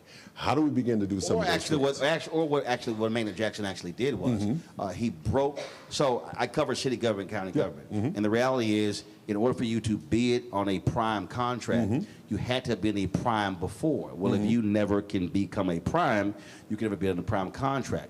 So what he did was he actually broke the contracts up. So versus there being a $100 million contract, he broke it into 4 $25 million contracts or 10 $10 million contracts, so which gave somebody an opportunity to become a prime contractor. And once you become a prime one time, you now can bid on other prime contracts. That's a way of doing it. That's not. Or when I covered City Hall in Fort Worth, one of the things they did was give preferential treatment to zip codes or to businesses in the city that are actually headquartered in the city. The last thing that Jackson did also was require banks, where the city put their money in those banks, to provide lines of credit to the businesses getting city contracts. He said, we're going to be paying them, but they can't survive on 6 months. And that's not a race-based policy. That can be for any business that has a state contract or a city contract. There are ways to actually help build capacity to get around those restrictions. And some of the things that we did, after my first session, we held a Banking While Black symposium, and we looked at how African-American businesses were not able to scale up or get the type of lending that white organizations could do. And so we Which is why Bean did get a PPP loan in the first place. Exactly. And so what we did this past session, put in a budget amendment that gave a grant, it was close to $250,000 to the Metropolitan Business League so they could help small businesses, Black businesses, minority-owned businesses, begin the process of scaling up. And so that's something that I want to see just more robust, more dollars put there. Because if we help local organizations like MBL, Floyd Miller can get those dollars to the companies and the men and women that are actually out here doing that work and help them be successful. Do you want me? Yes. What I want to say is I'm actually a small business owner. I'm registered in Chesterfield County. And not only those kind of things. You gotta tell about what the business is. Huh? What's the business? I'm a consulting business. I do executive and executive coaching, but it's been on hold since I've been running. So you better always be selling. You better tell people what it is. Go ahead. Yes, but along those same lines, we also have to make sure that they're not intentionally cutting them out. A group came to me to bring up possible legislation this session about how they have been kept out of this by having to check certain boxes, that if you've ever had a felon, then you can't bid on this, or if you ever, anybody in your company who has these certain things and you check those boxes, you can't even bid for some of those contracts. So we have to stop some of the roadblocks that are put in before small businesses, especially Black-owned businesses, to make sure that if they can bid on these things, that they're going to be qualified. As a small business owner, we also have to help processes where I have a macro business, but I have to jump through the same hoops that some of these larger businesses have, and that deters people from wanting to go into small business. And as we know, small businesses are the backbone of our community. They're the ones who provide the services to us every single day. Yes, so I think that, especially with the tariffs that are happening at the federal level, we need to really sow into the small businesses across our communities.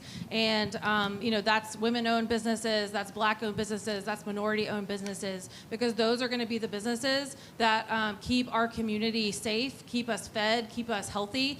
And so I think that if we're able to connect them to SWAM at the state level, help them navigate these procurement processes at the state level that are convoluted and have typically been built to kind of exclude people, then we will be successful in doing that. And so it's working with the small businesses in our communities to help them through that process, to connect them to resources and help them thrive and then help our community thrive too. But the key, I'm being very specific, not small business, Black-owned businesses.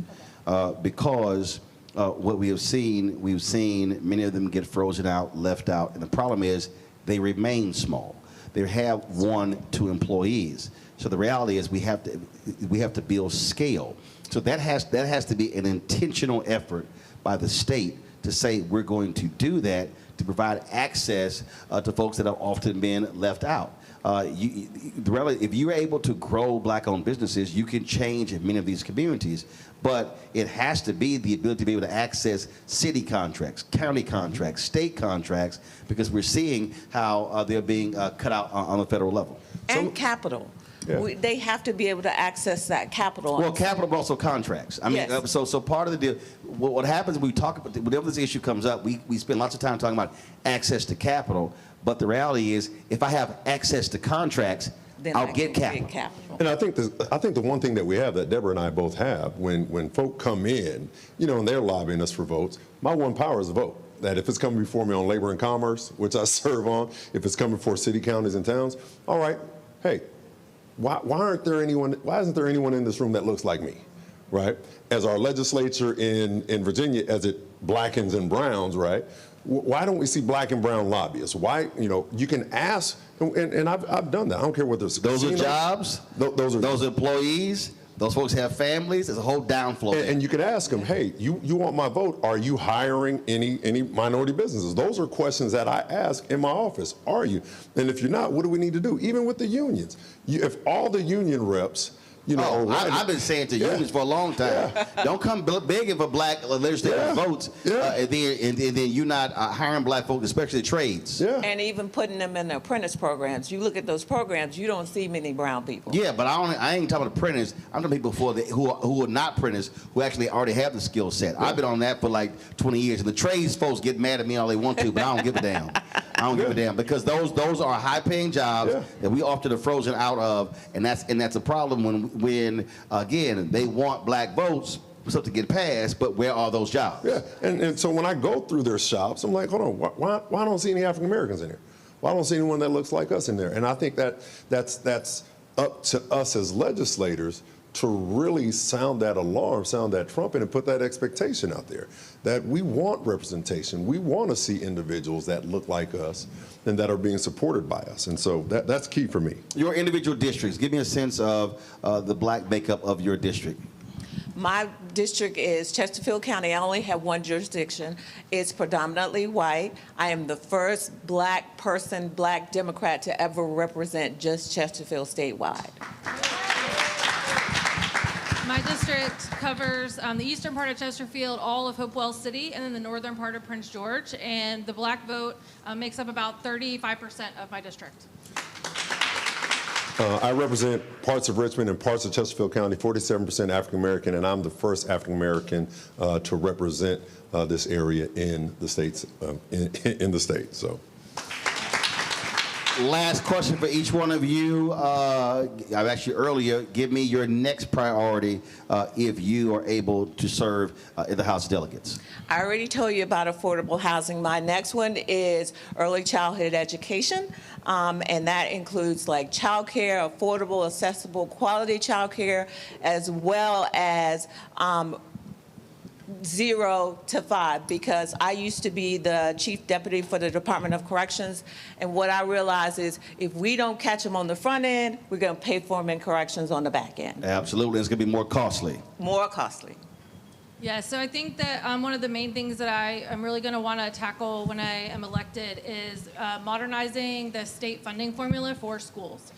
This looks at 0 to 5 funding. This looks at major maintenance that our schools need, especially in our rural areas. And it hasn't been updated in decades. And so it's not going to be something that can happen in the first year, but it's something that we can finally start to right as we move through the next few years, and will benefit entire communities and families. For me, it's economic mobility. It's not just making $15 or $18 or $19 an hour. How can they move up from there? And so I work on, and I'm reporting to the workforce committee within Labor and Commerce, and that's key for me. How can we just not get a good job, but how can we continue to grow on those jobs and ensure? Next piece is ensuring that, they tell black kids that, hey, college isn't for everybody, but they're not telling that to kids at Collegiate and places like that. I want to ensure that Virginia students can get into Virginia colleges and not spend the farm to do it. My son is in his first year, College of Law at FAMU, and $33,000 out-of-state tuition. He got in-state tuition because he trained for the pros and all that stuff down in Miami, $13,000 a year for law school. How can we do that here in Virginia? How can we ensure that every Virginian that wants to go to school in Virginia, it is a bad economic decision to leave this state? And so that's something I want to look at. How do we control the costs? How do we ensure that our young students can do that and ensure that our young boys and young girls are going to schools? All of my kids have HBCU degrees, including their dad. And that's important to me, and that means something to me. And so how do we get more of our kids here where they're going to be cared for, where they're more than just a number, but they care and get the compassion that they need? All right, folks, I'm an HBCU grad as well, North Carolina Central University. You're supposed to throw it in earlier. See, you late. You late. Put your hands together for Deborah Gardner, Lindsay Dowdy, Mike Jones. When we come back, we're going to hear from some of the students what's on their mind, what issues they want to see addressed by elected officials in Richmond. That's next, right here, Roland Martin Unfiltered on the Black Stud Network, live at Virginia State University.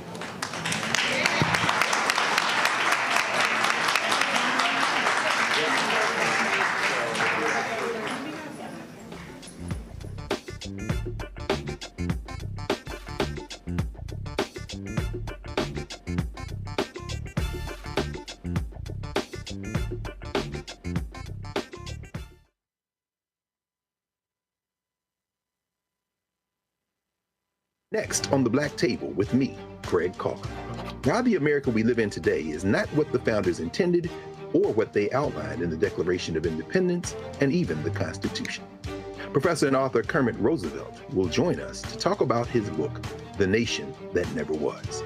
How history was misinterpreted, the intent and realities of America's beginnings, and missed a much better story in the process. So if you have to pick some group to marginalize, I think it should be the people who are against equality. That's next on the Black Table, right here on the Black Star Network. Said the quiet part out loud. Black votes are a threat, so they erased them. After the Supreme Court gutted the Voting Rights Act in 2013, Republican legislatures moved fast. New voter ID laws, polling place shutdowns, purges of black voters from the rolls. Trump's Justice Department didn't stop it, they joined in. In 2018, his DOJ backed Ohio's voter purge system, a scheme that disproportionately erased black voters. Their goal, erase black votes and political power. Yeah, that happened. These are the kinds of stories that we cover every day on Roland Martin Unfiltered. Subscribe on YouTube and download the Black Star Network app. Support fact-based independent journalism that centers African Americans and the issues that matter to our community.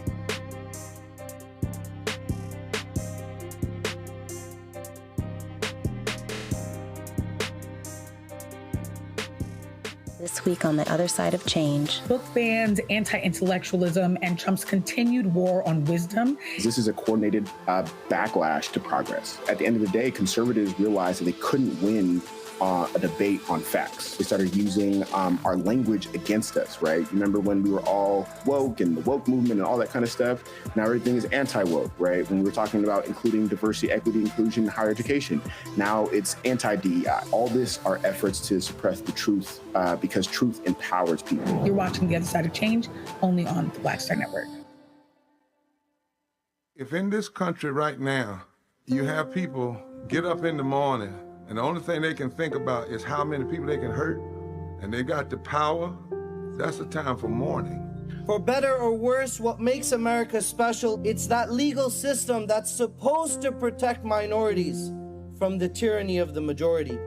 We are at a point of a moral emergency. We must raise a voice of outrage.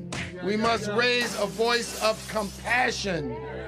And we must raise a voice of unity. We are not in a crisis of party versus party. We are in a crisis of civilization, a human rights crisis, and a crisis of democracy itself. And guess what? You've been chosen to make sure that those that would destroy, those that would hate, don't have the final say, and they don't ultimately win. Hatred on the streets, a horrific scene, a white nationalist rally that descended into deadly violence. White people are losing their damn minds. As an angry pro-Trump mob storms the U.S. Capitol, we've seen shooting. We're about to see the rise of what I call white minority resistance. We have seen white folks in this country who simply cannot tolerate black folks voting. I think what we're seeing is the inevitable result of violent denial. This is part of American history. Every time that people of color have made progress, whether real or symbolic, there has been what Carol Anderson at Emory University calls white rage as a backlash. This is the rise of the Proud Boys and the Boogaloo Boys. America, there's going to be more of this. Here's all the Proud Boys, guys. This country is getting increasingly racist in its behaviors and its attitudes because of the fear of white people. The fear that they're taking our jobs, they're taking our resources, they're taking our women. This is white fear.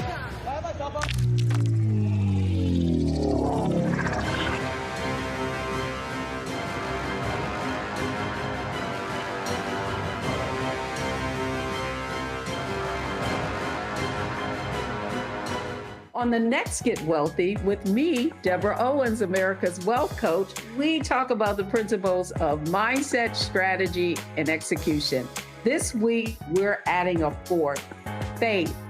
You're going to hear from a mother and daughter duo who are helping thousands of Black women build wealth, all through their faith. You are more than you can ever imagine.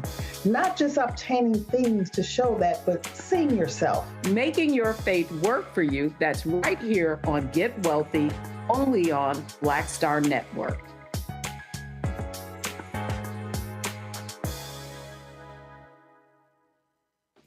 Hey, what's up, everybody? It's Godfrey, the funniest dude on the planet. And you're watching Roland Martin Unfiltered.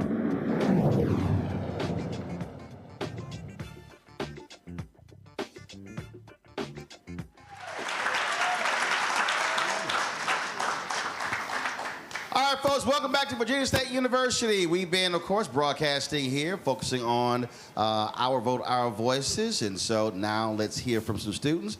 Black Star Network correspondent Brittany Noble will take it away. Well, hello, everyone. And with me right now, I have members of the Student Government Association. They call themselves the heart of the school right here. You guys had some big events today, registering voters.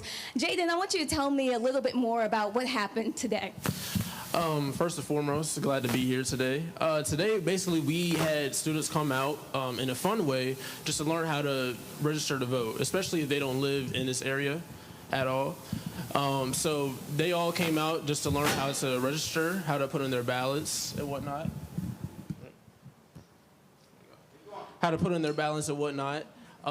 There was food, fun, music. Everybody had a good time, but it was also trying to learn the students, help them learn how to vote, how to put in that ballot, how important it is. So that's what we did today. And you had hundreds of students that signed up to vote today, correct?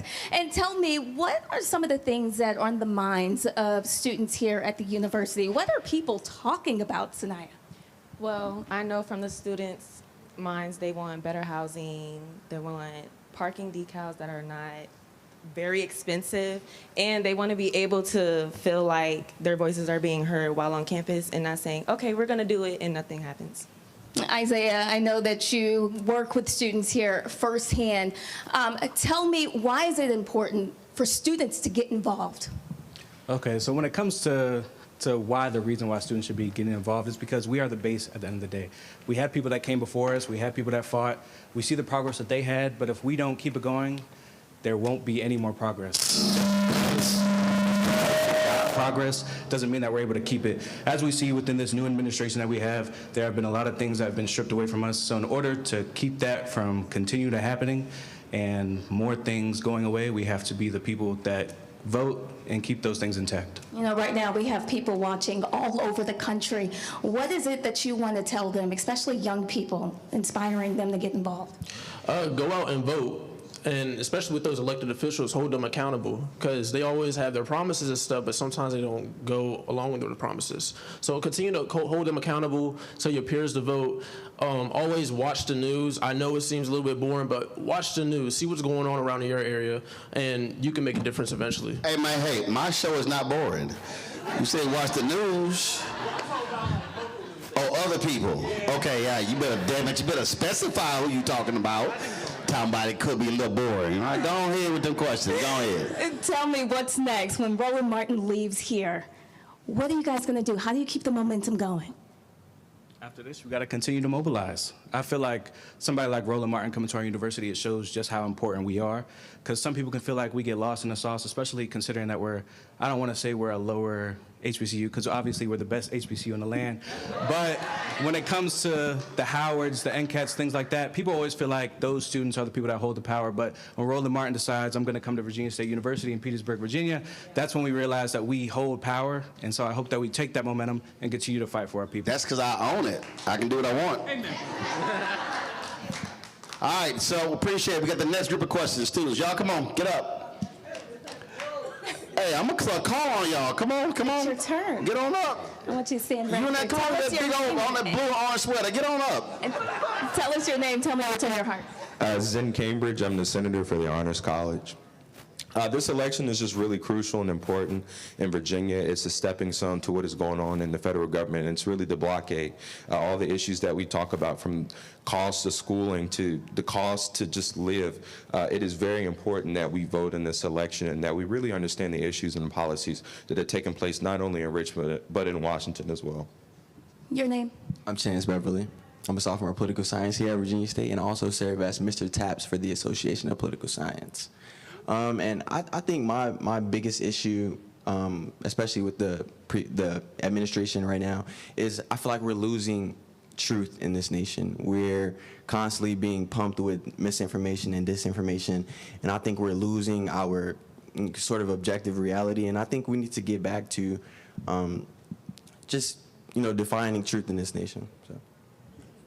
Tell me your name. Antoine Sullivan, a double major, political science, mass communications. I am a sophomore as well. I think what's on my heart is to what Zen said, ensuring that we are getting the funding that we need, not just for now, but also after, because a lot of times we talk about funding for schools while we're here, but when we leave here, we need jobs, we need good jobs, we want good paying jobs, we want to set up lives for our families as well. And so I think ensuring that we don't just focus on the money now, but also after as well. You have anything to say to encourage the people at home right now? Your voice is your vote, and take that with pride, because every single day, as we see this week, they are trying to strip it away, and we must truly focus on it. Whether the news is boring or not, or is as entertaining as Mr. Martin, we must focus on it. Smart man.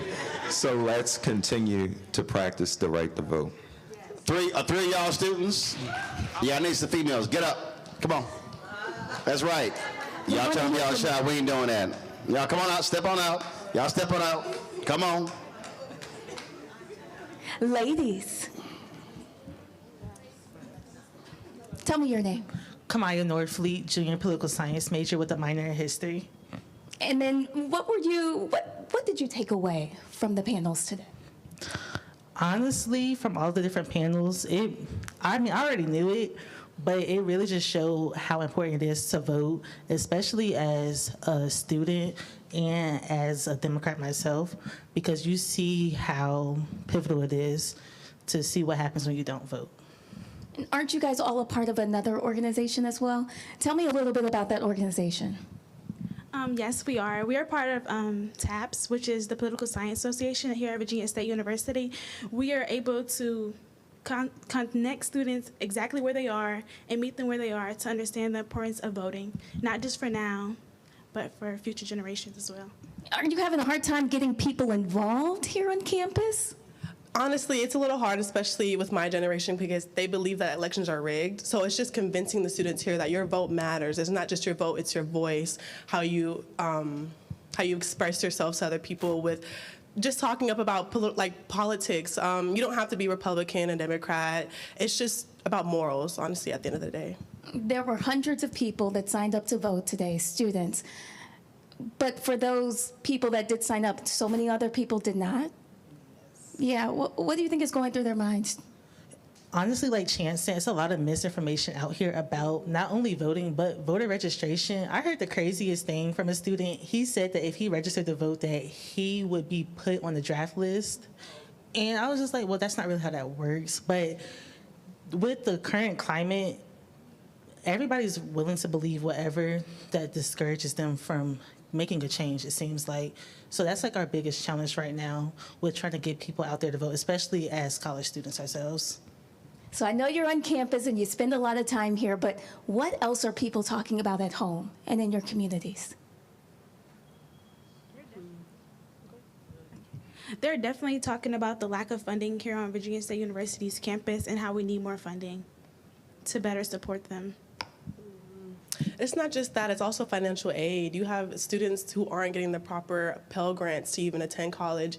You have students who are getting the Medicaid stripped away as we speak. And it's just, it discourages a lot of students, especially like me, because I rely heavily on financial aid. So seeing what Donald Trump is doing in his administration, trying to strip that away, it's a little bit discouraging, but to me personally, it pushes me to try harder to encourage other students like me as well. But are you explaining to them that the folk who are in office are the ones who are deciding what gets cut and what gets funded? That's a good question. No, I'm asking you. When you're having these conversations with other students, earlier I said we have to connect the dots. And so those with knowledge have to do that. And so I think part of this thing is you have to connect the dots for those folks who don't understand it to say, hey, if you're concerned about funding for Virginia State, the House of Delegates votes on funding for Virginia State. So you have to have the person who wants. The people in Congress, they're the ones who are cutting Pell Grants. So that's what I'm saying. So when you are talking to these students, how are you helping them to understand the intricacies of policy? How are you doing that? What are those conversations like? Give me an example.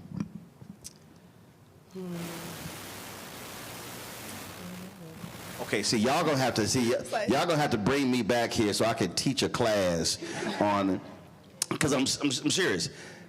The issues what you're struggling with right now are individuals who don't know.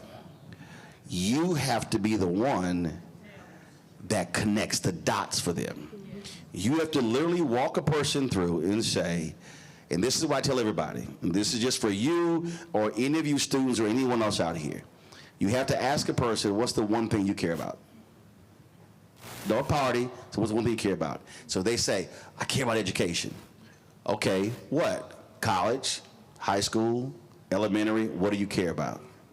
And then when they say that, then that's when you're able to now say, let me connect you the dots. So if you say you care about Pell Grants, that's not coming from the legislature. That's federal government. If you care about financial aid, that's coming from, you have to walk them through so they can understand, because the reality is they don't know.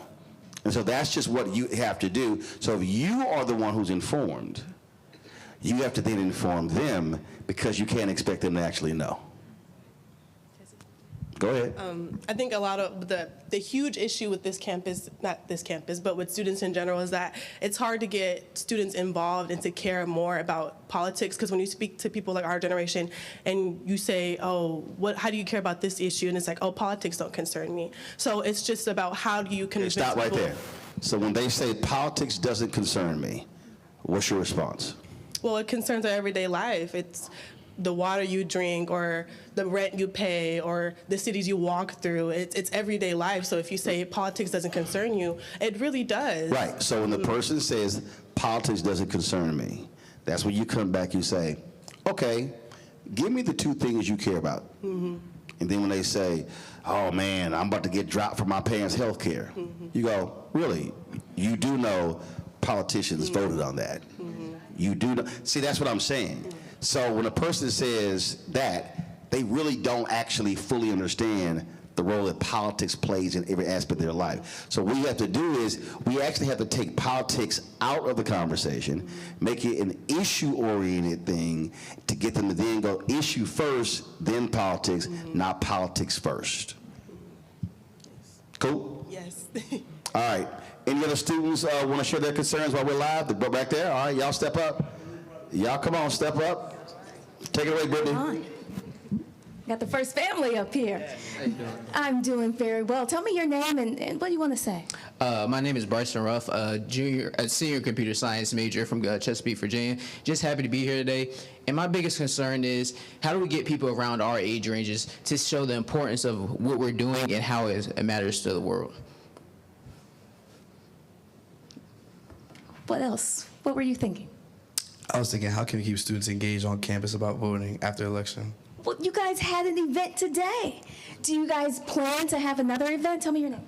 Yes, ma'am. I'm Ernest Merriweather III, junior mass communication major, and we do plan on having more events like this. The members of the Beta Gamma chapter of Alpha Alpha Fraternity Incorporated take voting very serious. That is all right. Yeah.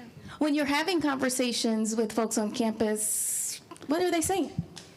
I am Dante Clark. I am a senior computer engineering major.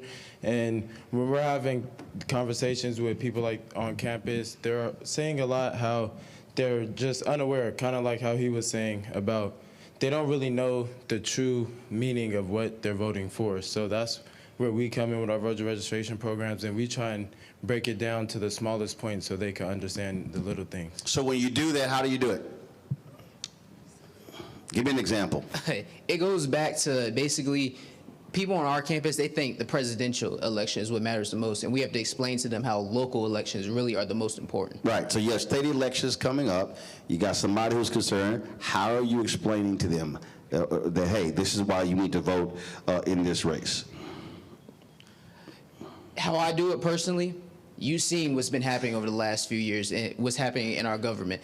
You don't want that to continue. You need to get involved. You need to show up and represent so we can better ourselves and better our world. Nope. Here's how you do it. You see that old building? Whoever wins determines how much state funding we get. You want new dormitories? Students gonna say, yeah.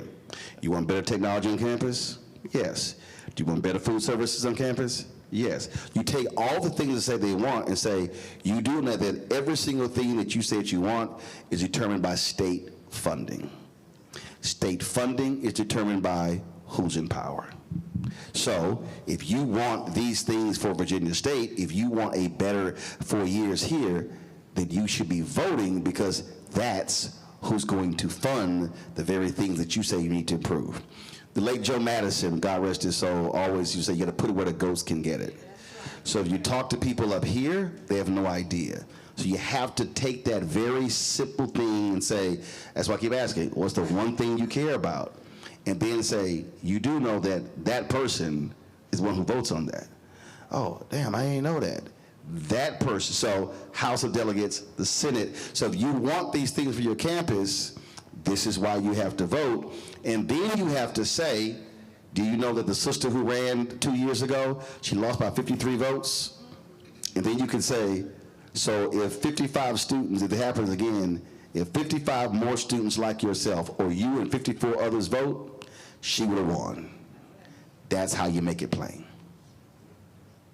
Go ahead. Basically, because I'm from Virginia, born and raised, New Jersey and California. It's all the same. How do you appeal to those people that are not from our state but still care about our First question is, you have to ask them, are you registered? They say yes. Where are you registered? Because they're a student here, they can register here. And they can't vote in both places, they can actually be registered here. So that's the first thing. And then when that then happens, you still take the exact same issues and still apply it to them. So if a student says, hey, I'm concerned about loss of financial aid and Pell Grant, you say, you know that's members of Congress. So if you didn't vote in the last election, then you can't complain about who got stuff cut because you didn't vote. So there's a midterm elections next year, 2026. So if you care about Pell Grants being cut, you should be voting for folks who want to expand Pell Grants. That's members of Congress. That's how you have to make the connection with somebody. You have to tie the issue to the political office. Cool? All right. Brittany, that's your questions. You got it? Folks, that is it for us. Let me give it up for all of our students. So Tuesday, we're going to be in Fredericksburg broadcasting as well, and then we're in Virginia Beach on November 3rd, the day before the election. And for the folks who watch this show, if you're new to watching the show, y'all know we try to make this thing as simple and plain as possible so folks can understand what these issues are. Because here's the reality. The folk who vote are the ones who are benefiting. And part of the problem here is when you check out of a political process, you're letting somebody else control your future. You're letting somebody else control your destiny. That's what's going on. Right now, it's a whole lot of MAGA farmers who are crying their eyes out because USAID got cut, at $35 billion program, because of tariffs. And I'm like, but that's what you voted for. And then they say, well, I didn't vote for that. Yes, you did, because it all came together. So they're out here crying. You got other people who are sitting here complaining about different things that are being cut. And what I need our folks to understand, and I'm going to say this until I am red, blue, yellow in the face. Folks, we have to be maximizing our capacity. Let me say it again. We are leaving our power unused. If these lights were not plugged in, guess what? It would be dark in here. You got to plug it into a power source to get light. Our power source is our actual vote. And so if we use it, if we maximize it, if we organize and mobilize it, so what does that mean? That means that every single person who's in this room should say, when I leave here, I'm going to go back to Kimberly losing by 53 votes. If every person who was in this room tonight said, my mission leaving here is I am going to talk to 5 people. That means that you've had more than 100 people here. That means that the people in this room can literally go talk to 500 people. That's all I ask y'all to do is talk to 5 people. So between now and November 4th, go talk to 5 people. That means that you literally could determine who wins and who loses if just each person said, I'm going to talk to 5 people. And so that's how we have to be thinking. We keep talking broad, we keep talking macro. I keep saying we have to be talking micro. We have to be talking on a lower level. We are close to having 2 million subscribers on our YouTube channel. But we started in August of 2017, we had 72,000. We had 157,000 when we launched in September 4th, 2018. Over 7 years, we've gone from 157,000 to 1.87 million. Why? Because I didn't focus on, oh, I'm trying to hit 3 million. No, it's how can we go one person added every single day. It's a micro game. And so we have to be the ones. So if we're watching the news and we're learning and we know what's going on, we got to share the information. We got to talk to people, share it with them, because people literally do not know. And so if we as African Americans, if we all of a sudden are hitting 65, 70, 75, 80%, I can guarantee you we are sweeping statewide elections. We're sweeping county elections. We're sweeping House and Senate races.